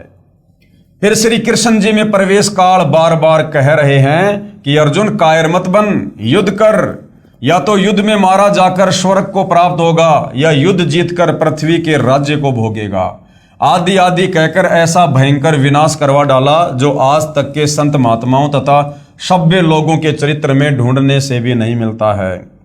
तब वे नादान गुरुजी नीम हकीम कहा करते थे कि अर्जुन क्षत्रिय धर्म को त्याग रहा था। तब वो नादान धर्मगुरु क्या कहा करते थे सवाल के जवाब में कि भाई उस समय अर्जुन अपने क्षत्रिय धर्म को त्याग रहा था, और अगर उस समय श्री कृष्ण जी अगर अर्जुन को कहकर युद्ध ना करवाते तो आने वाले समय में इस धरती पर जो है वीर पैदा होने बंद हो जाते। कि अर्जुन क्षत्रिय धर्म को त्याग रहा था, इससे क्षत्रित्व को हानि तथा सूरवीरता का सदा के लिए विनाश हो जाता। अर्जुन को क्षत्रिय धर्म पालन करवाने के लिए ये महाभारत का युद्ध श्री कृष्ण जी ने करवाया था। अब गुरुदेव कह रहे हैं कि पहले तो मैं उनकी इस नादानों वाली कहानी से चुप हो जाता था क्योंकि मुझे स्वयं ज्ञान नहीं था। अब भाई और बहनों ऐसी बात नहीं है कि गुरुदेव जी को ज्ञान नहीं था, लेकिन उस समय शास्त्र दिखाने का वो ठीक का समय नहीं आया था, इसलिए परमात्मा ऐसी ही लीला कर रहे थे। पुनर्विचार करें, भगवान श्री कृष्ण जी स्वयं क्षत्रिय थे। कंस के वध के उपरांत श्री अग्रसेन जी ने मथुरा की बागडोर अपने दोते श्री कृष्ण जी को संभाल दी। एक दिन नारद जी ने श्री कृष्ण जी को बताया कि निकट ही एक गुफा में एक सिद्धि युक्त राक्षस राजा मुचकंद सोया पड़ा है। वो 6 महीने सोता है तथा 6 महीने जागता है, और जागने पर 6 महीने युद्ध करता रहता है तथा 6 महीने सोने के समय यदि कोई उसकी निद्रा भंग कर दे तो मुचकंद की आंखों से अग्निबाण छूटते हैं तथा सामने वाला तुरंत मृत्यु को प्राप्त हो जाता है। आप सावधान रहना, ये कहकर श्री नारद जी चले गए। कुछ समय के उपरांत श्री कृष्ण जी को छोटी उम्र में मथुरा के सिंहासन पर बैठा देखकर एक काल्यवन नामक राजा ने 18 करोड़ सेना लेकर मथुरा पर आक्रमण कर दिया। श्री कृष्ण जी ने देखा कि दुश्मन की सेना बहुसंख्या में है तथा न जाने कितने सैनिक मृत्यु को प्राप्त होंगे, क्यों न काल्यावन का वध मुचकंद से करवा दूं। ये विचार करके भगवान श्री कृष्ण जी ने काल्यावन को युद्ध के लिए ललकारा तथा युद्ध का मैदान छोड़कर क्षत्रिय धर्म को भूलकर विनाश टालना आवश्यक जानकर भाग लिए और उस गुफा में प्रवेश किया जिसमें मुचकंद सोया हुआ था। मुचकंद के शरीर पर अपना पीतांबर यानी वो पीली चद्दर डालकर श्री कृष्ण जी गुफा में गहरे जाकर छुप गए।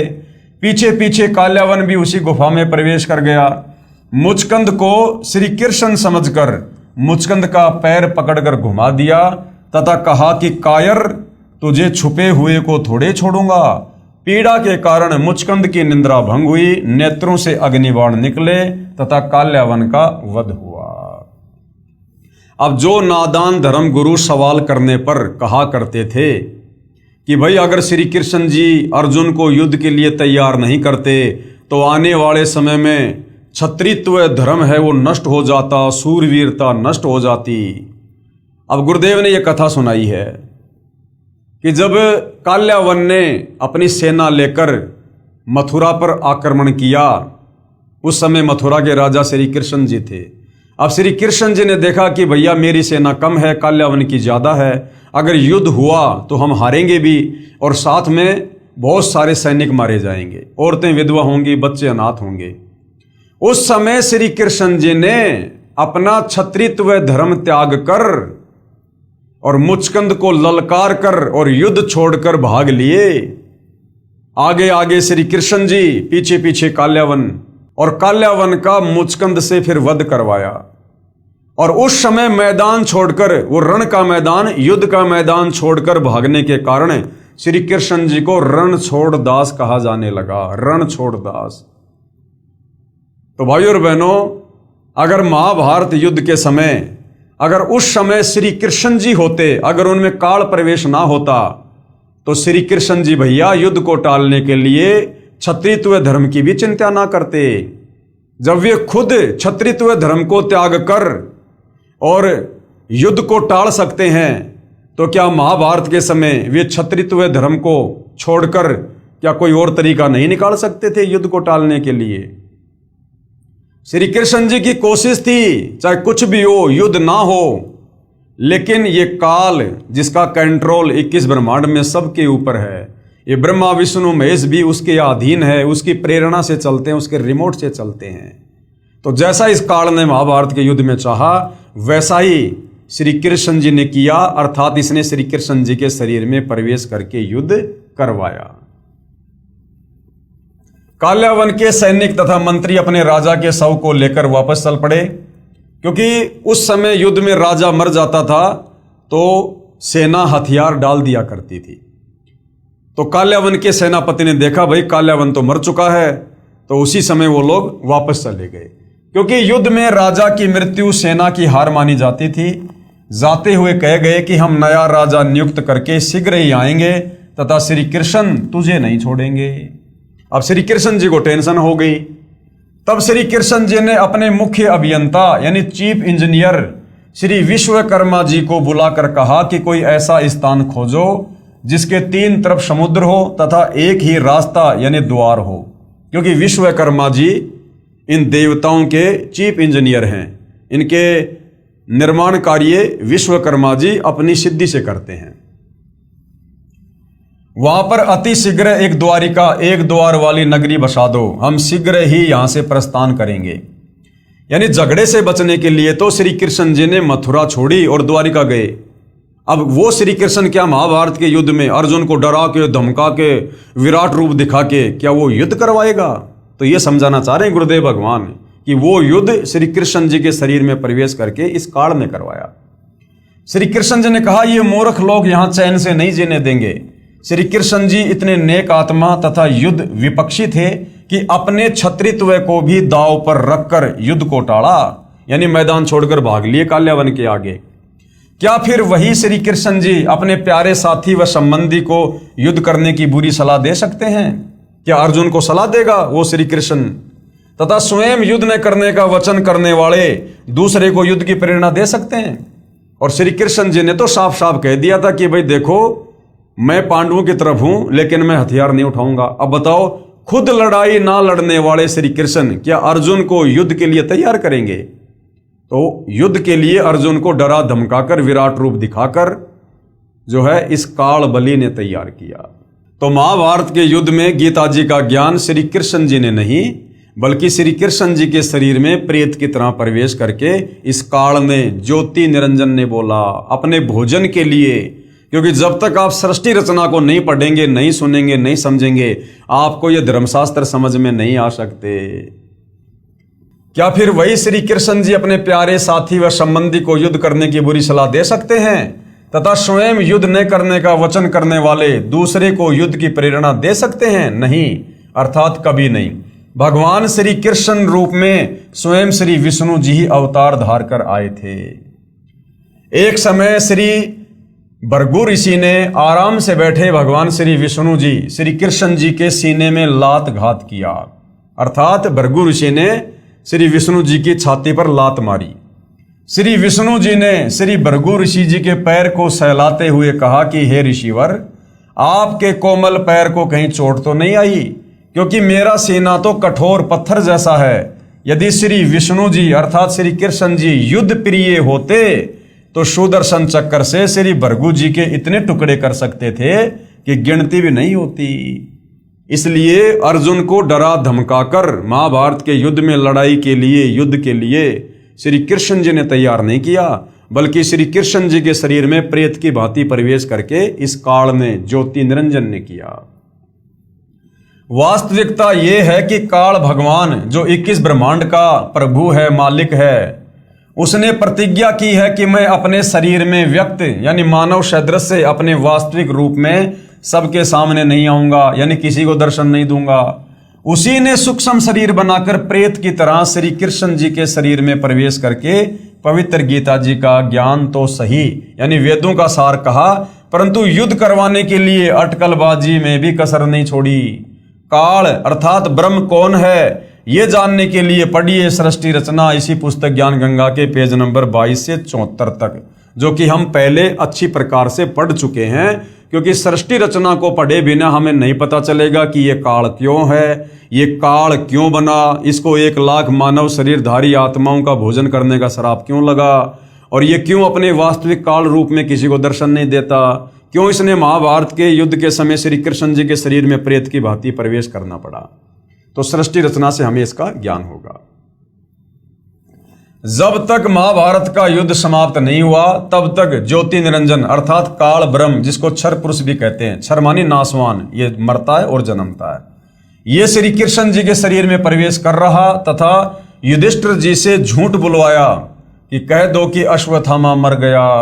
भीम के पोते तथा घटोत्कच के पुत्र बबरू भान का यानी श्याम जी का शीश कटवाया तथा स्वयं रथ के पहिए को हथियार रूप में उठाया, जबकि श्री कृष्ण जी ने तो प्रतिज्ञा की थी कि मैं युद्ध में हथियार नहीं उठाऊंगा।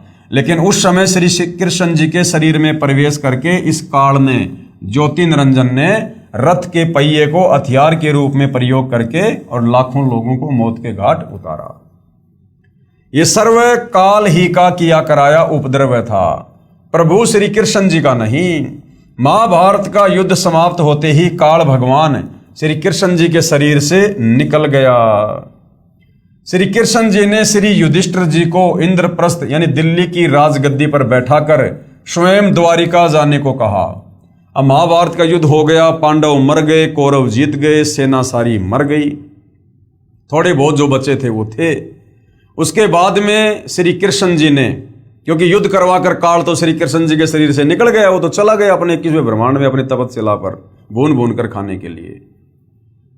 तो उसके बाद पांडवों के सबसे बड़े भाई युधिष्ठिर को श्री कृष्ण जी ने दिल्ली की गद्दी पर बैठा दिया, राजा बना दिया और कहा कि भाई देखो अब मैं द्वारिका जाऊंगा, क्योंकि श्री कृष्ण जी को पता था कि वो काल्यावन फिर से आएगा और फिर से मारकाट मचाएगा। तो अपनी सारी सेना और मथुरा वासियों को लेकर श्री कृष्ण जी द्वारिका जाने वाले थे। उससे पहले क्या होता है, तब अर्जुन आदि ने प्रार्थना की कि हे श्री कृष्ण जी, आप हमारे पूज्य गुरुदेव हो, हमें एक सत्संग सुनाकर जाना ताकि हम आपके सद्वचनों पर चलकर अपना आत्म कल्याण कर सकें। ये प्रार्थना स्वीकार करके श्री कृष्ण जी ने तिथि, समय तथा स्थान निहित कर दिया। निश्चित तिथि को श्री अर्जुन ने भगवान श्री कृष्ण जी से कहा कि प्रभु आज वही पवित्र गीता जी का ज्ञान ज्यों का त्यों सुनाना, क्योंकि मैं बुद्धि के दोष से भूल गया हूं। अब अर्जुन ने क्या कहा श्री कृष्ण जी से कि भगवान आज आप हमें अपने सत्संग के माध्यम से वही ज्ञान सुनाना जो ज्ञान आपने महाभारत के युद्ध के समय मुझे दिया था, गीता जी वाला, क्योंकि उस समय बुद्धि दोष के कारण, उस युद्ध के कारण मैं उस ज्ञान को याद नहीं रख पाया। तो श्री कृष्ण जी क्या कह रहे हैं भाई और बहनों, अगर वो ज्ञान श्री कृष्ण जी ने सुनाया होता तो श्री कृष्ण जी ये बात ना बोलते कि अर्जुन वो ज्ञान अब मुझे भी याद नहीं है। देखना, तब श्री कृष्ण जी ने कहा कि हे अर्जुन, तू निश्चय ही बड़ा श्रद्धाहीन है, तेरी बुद्धि अच्छी नहीं है, ऐसे पवित्र ज्ञान को तू क्यों भूल गया। फिर स्वयं कहा कि अब उस पूरे गीता ज्ञान को मैं भी नहीं कह सकता, अर्थात मुझे भी ज्ञान नहीं है। कहा कि उस समय तो मैंने योग युगत होकर बोला था। श्री कृष्ण जी क्या कह रहे हैं कि उस समय वो ज्ञान मैंने योग युगत होकर बोला था। झूठे नंबर बना रहे हैं अपने। अरे जो व्यक्ति युद्ध के समय जहां ऐसा डरावना माहौल होता है, शोर शराबा होता है, जो युद्ध के बीच में योग युगत हो सकता है, तो इस समय तो महल में बैठे हैं, शांति है। ऐसे माहौल में तो 2 मिनट में फिर से योग युगत हुआ जा सकता है। तो वो ज्ञान श्री कृष्ण जी ने नहीं बोला। अगर श्री कृष्ण जी ने बोला होता तो उस ज्ञान को चाहे 50 बार सुन लो, जो का त्यों सुना देते, जो का त्यों। तो श्री कृष्ण जी ने क्या कहा कि तेरी बुद्धि अच्छी नहीं है, ऐसे पवित्र ज्ञान को तो क्यों भूल गया। फिर स्वयं कहा कि अब उस पूरे गीता ज्ञान को मैं भी नहीं कह सकता, अर्थात मुझे ज्ञान नहीं। कहा कि उस समय तो मैं योग युगत होकर बोला था।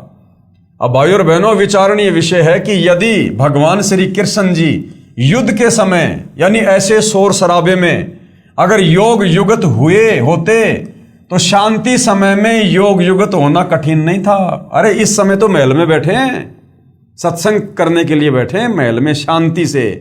जब युद्ध के समय योग युगत हो सकते हैं तो अब योग युगत होने में क्या दिक्कत है। जबकि श्री व्यास जी ने वही पवित्र गीता जी का ज्ञान वर्षों उपरांत जो का त्यों लिपिबद्ध कर दिया।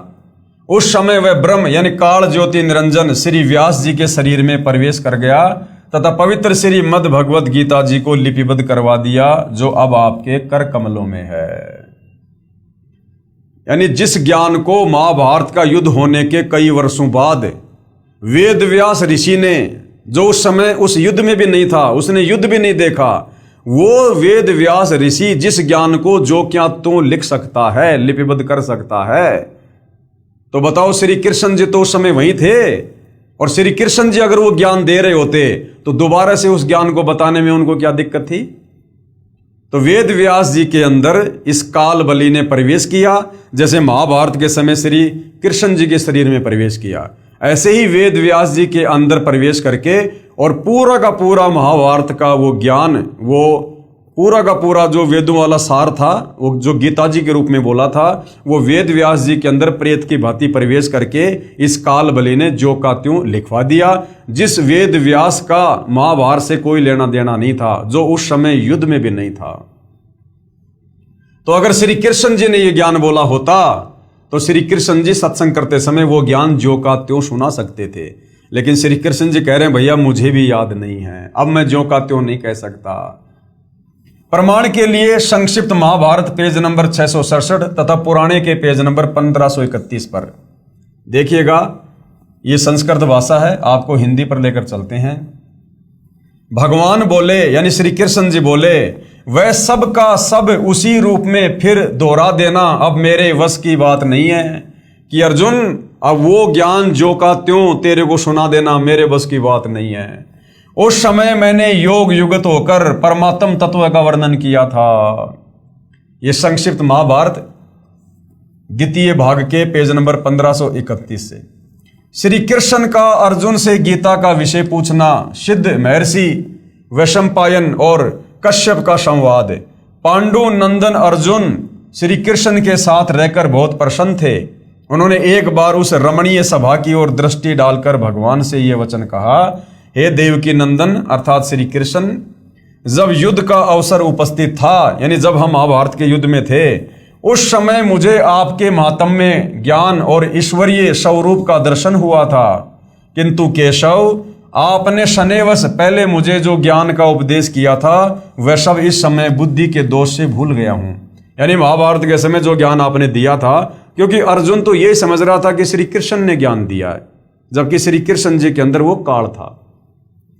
तो अर्जुन कह रहा कि मैं अपनी बुद्धि दोष के कारण यानी उस डर के कारण उस ज्ञान को मैं भूल गया हूं। उन विषयों को यानी उस ज्ञान को सुनने के लिए बारंबार मेरे मन में जिज्ञासा होती है, उत्कंठा होती है। इधर आप जल्द ही द्वारिका जाने वाले हैं, इसलिए पुनः वह सब विषय यानी वो ज्ञान मुझे सुना दीजिए। यानी द्वारिका जाने से पहले पहले आप मुझे वो ज्ञान सुना दो। वैशंपायन जी कहते हैं, अर्जुन के ऐसा कहने पर वक्ताओं में श्रेष्ठ महातेजस्वी भगवान श्री कृष्ण उन्हें गले से लगाकर इस प्रकार उत्तर दिया। श्री कृष्ण जी बोले, अर्जुन, उस समय मैंने तुम्हें अत्यंत गोपनीय विषय का श्रवण कराया था। यानी झूठे नंबर बना रहे हैं श्री कृष्ण जी। अपने स्वरूप भूत धर्म सनातन पुरुषोत्तम तत्व का परिचय दिया था और शुक्ल कृष्ण गति का निरूपण करते हुए नित्य लोकों का भी वर्णन किया था। किंतु तुमने जो अपनी नासमझी के कारण उस उपदेश को यानी ज्ञान को याद नहीं रखा, ये जानकर मुझे बड़ा खेद हुआ। उन बातों का अब पूरा पूरा स्मरण होना संभव नहीं जान पड़ता। यानी अब वो ज्ञान जो क्या तो मैं भी नहीं सुना सकता। हे पांडुनंदन, निश्चय ही तुम बड़े श्रद्धाहीन हो, यानी तुमने उस ज्ञान को याद नहीं रखा, तुम्हारी बुद्धि अच्छी नहीं जान पड़ती। अब बताओ, अर्जुन को तो धमका रहा है कि तेरी बुद्धि अच्छी नहीं है, और खुद कह रहा कि मुझे भी याद नहीं है, खुद कह रहा कि अब मैं भी नहीं सुना सकता। अरे भैया, जब तू नहीं सुना सकता तो अर्जुन का क्या दोष है जो याद नहीं रख सका? तो सारा खेल भाई और बहनों ये काल का था। अब मेरे लिए उस उपदेश को यानी ज्ञान को ज्यों का त्यों दोहरा देना कठिन है, क्योंकि उस समय योग युगत होकर मैंने परमात्म तत्व का वर्णन किया था। तो भैया अब हो जाओ योग युगत। जब युद्ध में समाधि लगा सकते हो, ध्यान लगा सकते हो, तो अब तो महल में बैठे हो, शांति है, अब योग युगत होना कौन सी बड़ी बात है। लेकिन जब वो ज्ञान श्री कृष्ण जी ने बोला ही नहीं तो श्री कृष्ण जी भला सुनाएंगे क्या? इसलिए अटपट कर रहे हैं। अधिक जानकारी के लिए पढ़िए संक्षिप्त महाभारत द्वितीय भाग, विचार करें। उपरोक्त महाभारत के लेखों व श्री विष्णु पुराण के लेखों व श्रीमद् भगवद गीता जी के लेखों से प्रमाणों से सिद्ध हुआ कि श्री कृष्ण जी ने श्रीमद् भगवद गीता जी का ज्ञान नहीं बोला। ये तो काल रूपी ब्रह्म ज्योति निरंजन अर्थात महाविष्णु जी ने प्रेतवत श्री कृष्ण जी के शरीर में प्रवेश होकर बोला। विष्णु ने नहीं, महाविष्णु, क्योंकि ये काल महाविष्णु का रूप धारण करके और अपनी पत्नी दुर्गा के साथ शारीरिक संबंध बना के जिस पुत्र की उत्पत्ति करता है उसका नाम आगे चलकर विष्णु होता है। तो महाविष्णु, महाब्रह्मा, महाशंकर रूप में ये काल रूप धारण करके एक ब्रह्मांड में गुप्त स्थान पर रहता है।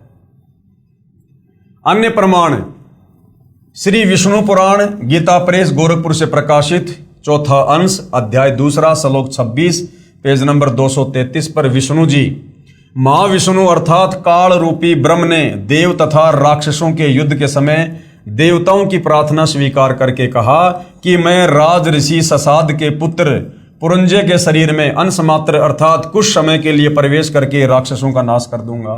यानी इस प्रकार से ये काल अन्य में प्रवेश करके और ये सारा खेल खेलता है। दूसरा प्रमाण कि यह काल कैसे दूसरे के शरीर में प्रवेश करके अपना कार्य करता है। श्री विष्णु पुराण गीता प्रेस गोरखपुर से प्रकाशित है, चौथा अंश है, अध्याय 3 श्लोक 6 पेज नंबर 242 पर श्री विष्णु जी ने गंधर्वों व नागों के युद्ध में नागों का पक्ष लेते हुए कहा, यानी विष्णु रूप में उस समय ये काल आ गया और नागों का पक्ष लेते हुए कहा कि मैं महाविष्णु अर्थात काल रूपी ब्रह्म मानधाता के पुत्र पुरुतकुश में प्रवेश होकर उन संपूर्ण दुष्ट गंधर्वों का नाश कर दूंगा। तो इस प्रकार ये दूसरे के शरीर में प्रवेश करके अपना कार्य करता है। अन्य प्रमाण कुछ समय उपरांत श्री युधिष्ठिर जी को भयंकर शौपन आने लगे। अब महाभारत युद्ध के बाद में युधिष्ठिर को भयंकर भयंकर डरावने सपने आने लगे। श्री कृष्ण जी से कारण तथा समाधान पूछा तो बताया कि तुमने युद्ध में जो पाप किए ना वह नरसंहार का दोष है, तुम्हें दुखदाई हो रहा है, इसके लिए एक यज्ञ करो। श्री कृष्ण जी के मुख कमल से ये वचन सुनकर श्री अर्जुन को बहुत दुख हुआ तथा मन ही मन विचार करने लगा कि भगवान श्री कृष्ण जी पवित्र गीता बोलते समय तो कह रहे थे कि अर्जुन तुम्हें कोई पाप नहीं लगेगा, तू युद्ध कर ले। इसका प्रमाण कहाँ है? गीता अध्याय 2 श्लोक नंबर 37 और 38 में कि अर्जुन तू युद्ध कर, तुझे पाप नहीं लगेगा, तेरे दोनों हाथों में लड्डू हैं। अगर युद्ध में मारा गया तो तू स्वर्ग में राज करेगा, जीत गया तो धरती पर राज करेगा। और जब युधिष्ठिर को डरावने सपने आने लगे तो श्री कृष्ण कह रहा कि तुमने युद्ध में जो पाप किया ना वो दोष लग गया तुम्हें।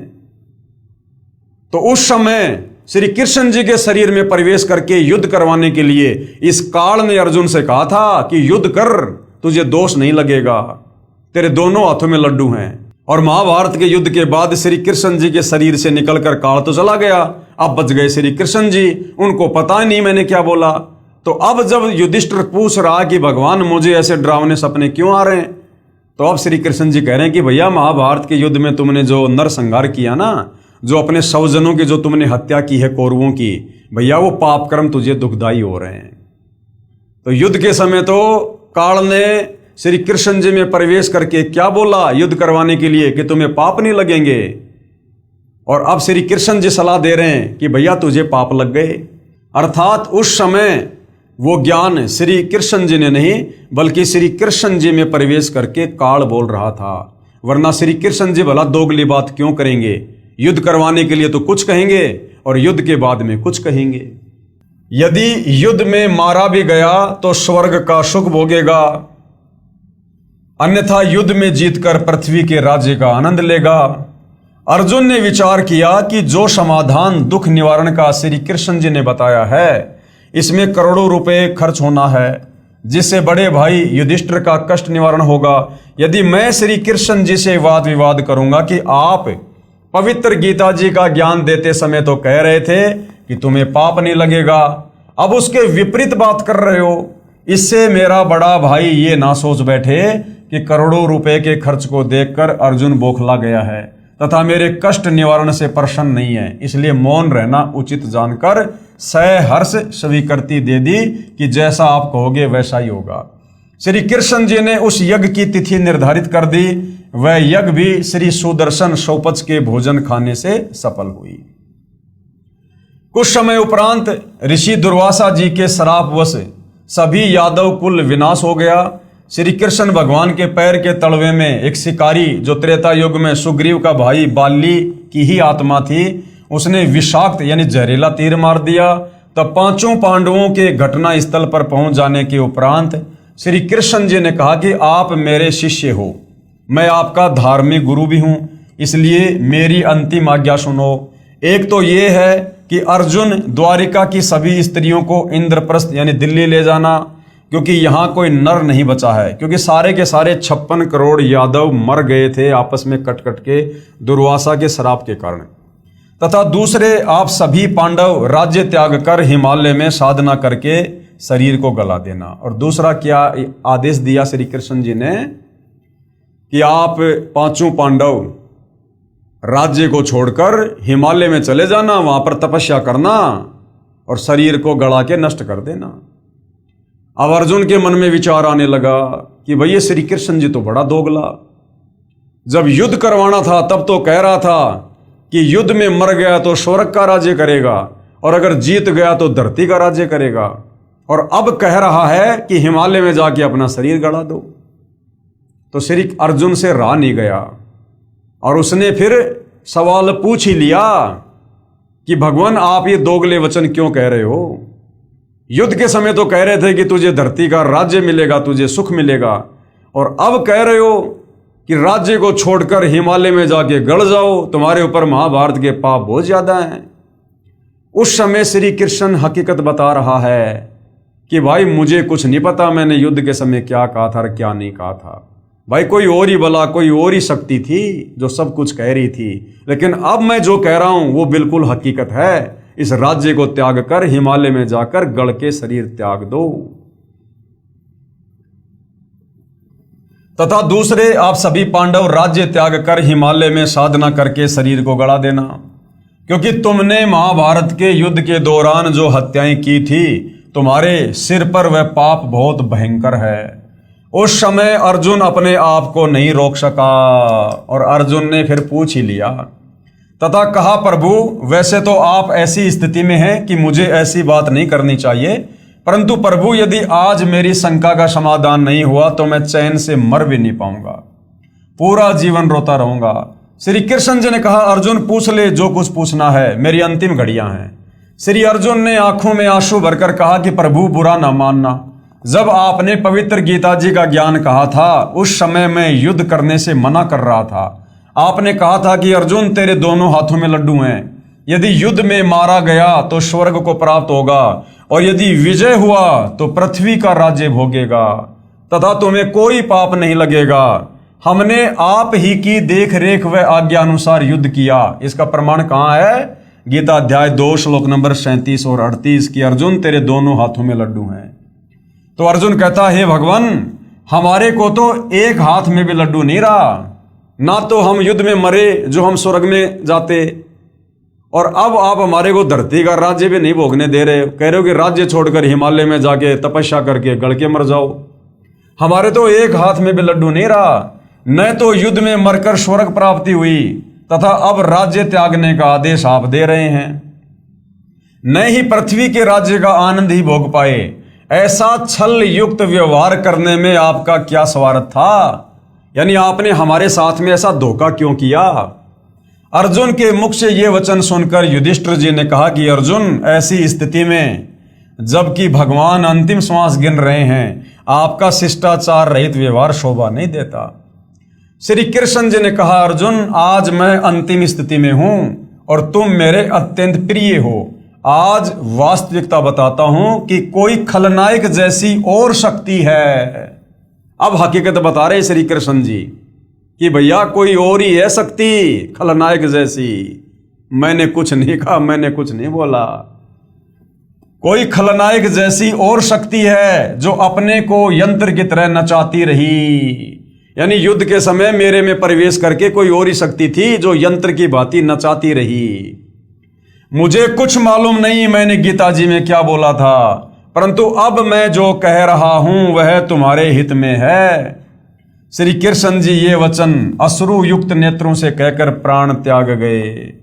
उपरोक्त विवरण से सिद्ध हुआ कि पवित्र गीता जी का ज्ञान श्री कृष्ण जी ने नहीं कहा, ये तो ब्रह्म यानी ज्योति निरंजन काल ने बोला है, जो 21 ब्रह्मांड का स्वामी है। अब ये काल कौन है, इसका नाम काल क्यों पड़ा, ये ऐसे भयानक काम क्यों करता है, लोगों को धोखा क्यों देता है, इसके लिए आपने सृष्टि रचना को अच्छे से पढ़ना पड़ेगा। काल अर्थात ब्रह्म कौन है, ये जानने के लिए कृपया पढ़ें इसी पुस्तक में पेज नंबर 22 से 74 तक सृष्टि रचना को। श्री कृष्ण सहित सर्व यादवों का अंतिम संस्कार कर अर्जुन को छोड़कर चारों भाई इंद्रप्रस्थ दिल्ली चले गए। पीछे से अर्जुन द्वारिका की स्त्रियों को लिए आ रहा था, क्योंकि यादव कोई शेष बचा नहीं था। सारे पुरुष आपस में कट कट के मर गए थे और यादवों की जो स्त्रियां थी वो बच गई थी। अगर उनको वहां छोड़ दिया जाता तो जंगली लोग उनकी इज्जत लूटते, इसलिए अर्जुन सर्व स्त्रियों को लेकर दिल्ली जा रहे थे। पीछे से अर्जुन द्वारिका की स्त्रियों को लिए आ रहा था। रास्ते में जंगली लोगों ने सभी गोपियों को लूटा तथा कुछ एक को भगा ले गए तथा अर्जुन को पकड़कर पीटा। अर्जुन के हाथ में वही गांडीव धनुष था जिससे महाभारत के युद्ध में अनगिनत हत्याएं कर डाली थी, वो भी नहीं चला।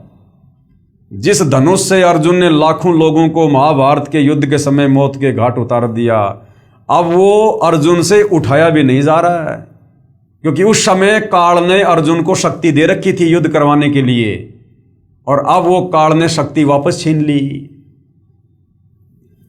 तब अर्जुन ने कहा कि यह श्री कृष्ण वास्तव में झूठा तथा कपटी था, क्योंकि भाई और बहनों वास्तविकता से अर्जुन भी परिचित नहीं था, इसलिए वो श्री कृष्ण जी को ही झूठा कह रहा है, कपटी कह रहा है, जबकि सारा का सारा खेल वो काल खेल रहा था।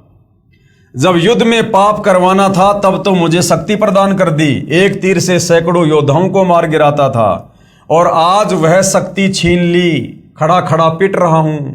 इसी विषय में पूर्ण ब्रह्म कबीर साहिब कबीर देव जी का कहना है कि श्री कृष्ण जी कपटी व झूठे नहीं थे, ये सारा जुल्म ये काल ज्योति निरंजन कर रहा है।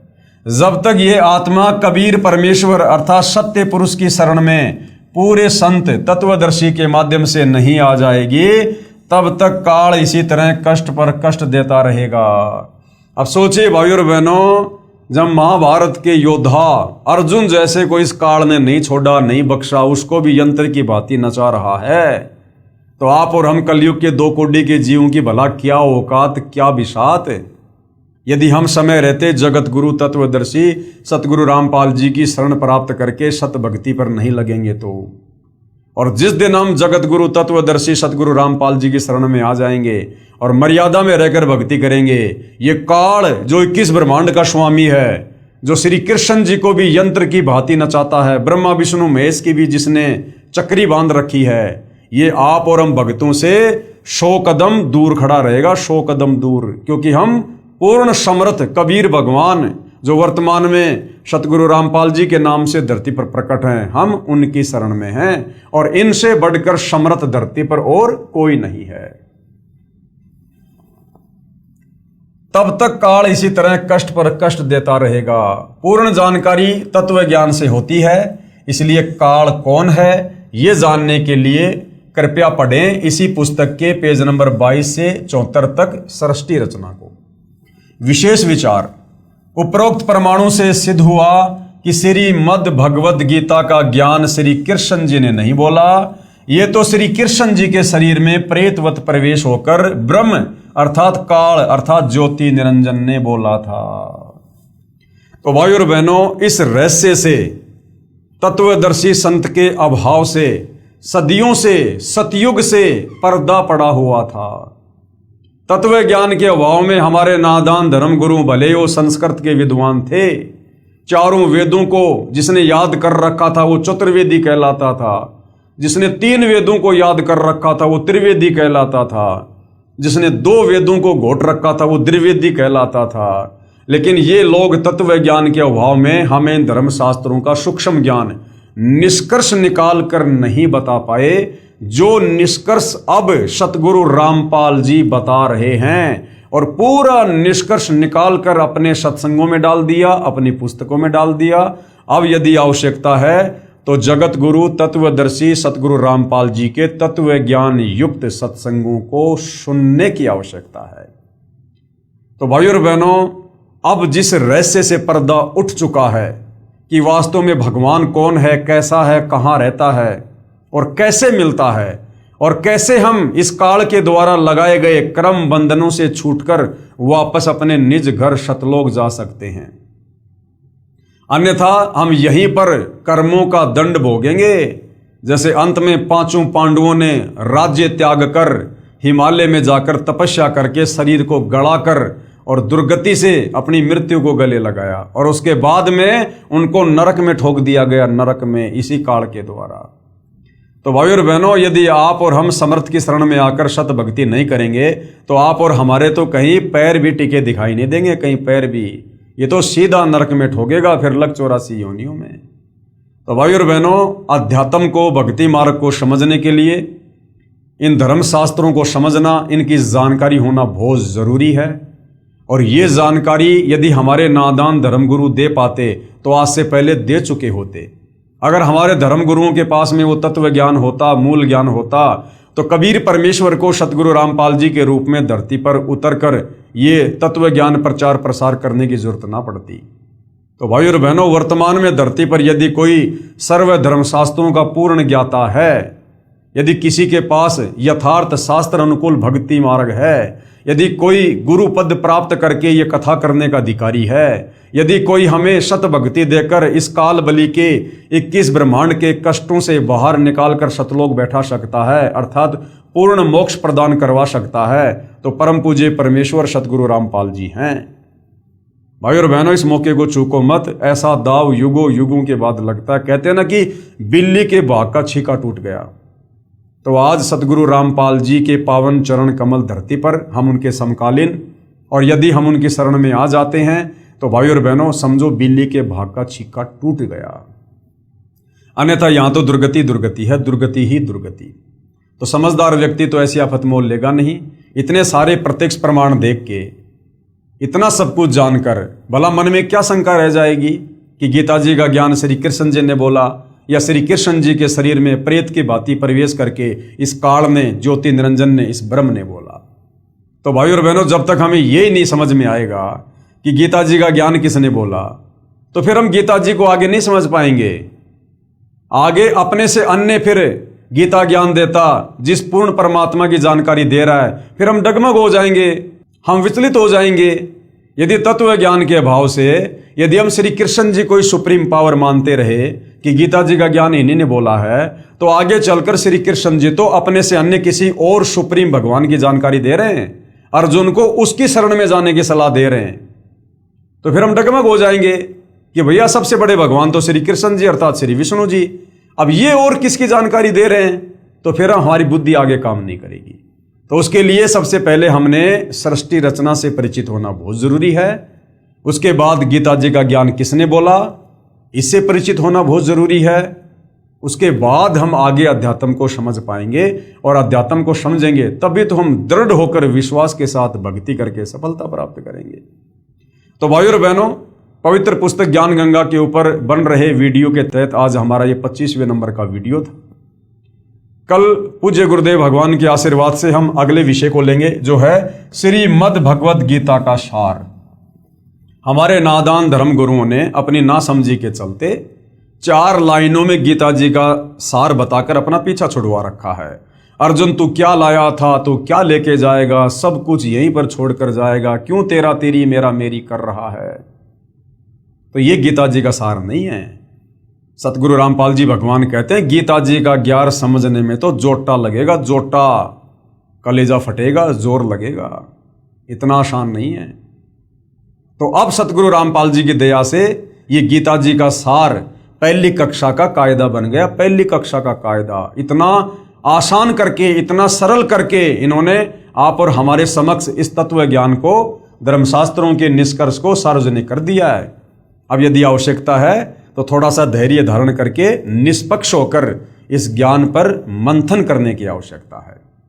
तो भाई और बहनों, कल फिर सेवा में हाजिर होंगे। तब तक पूज्य गुरुदेव भगवान हम सबको आज्ञा दे, आशीर्वाद दे, सद्बुद्धि दे, हमारा मार्गदर्शन करे, हमें भ्रमने भटकने से बचाए। बंदी छोड़ सतगुरु रामपाल जी परमेश्वर जी की जय हो।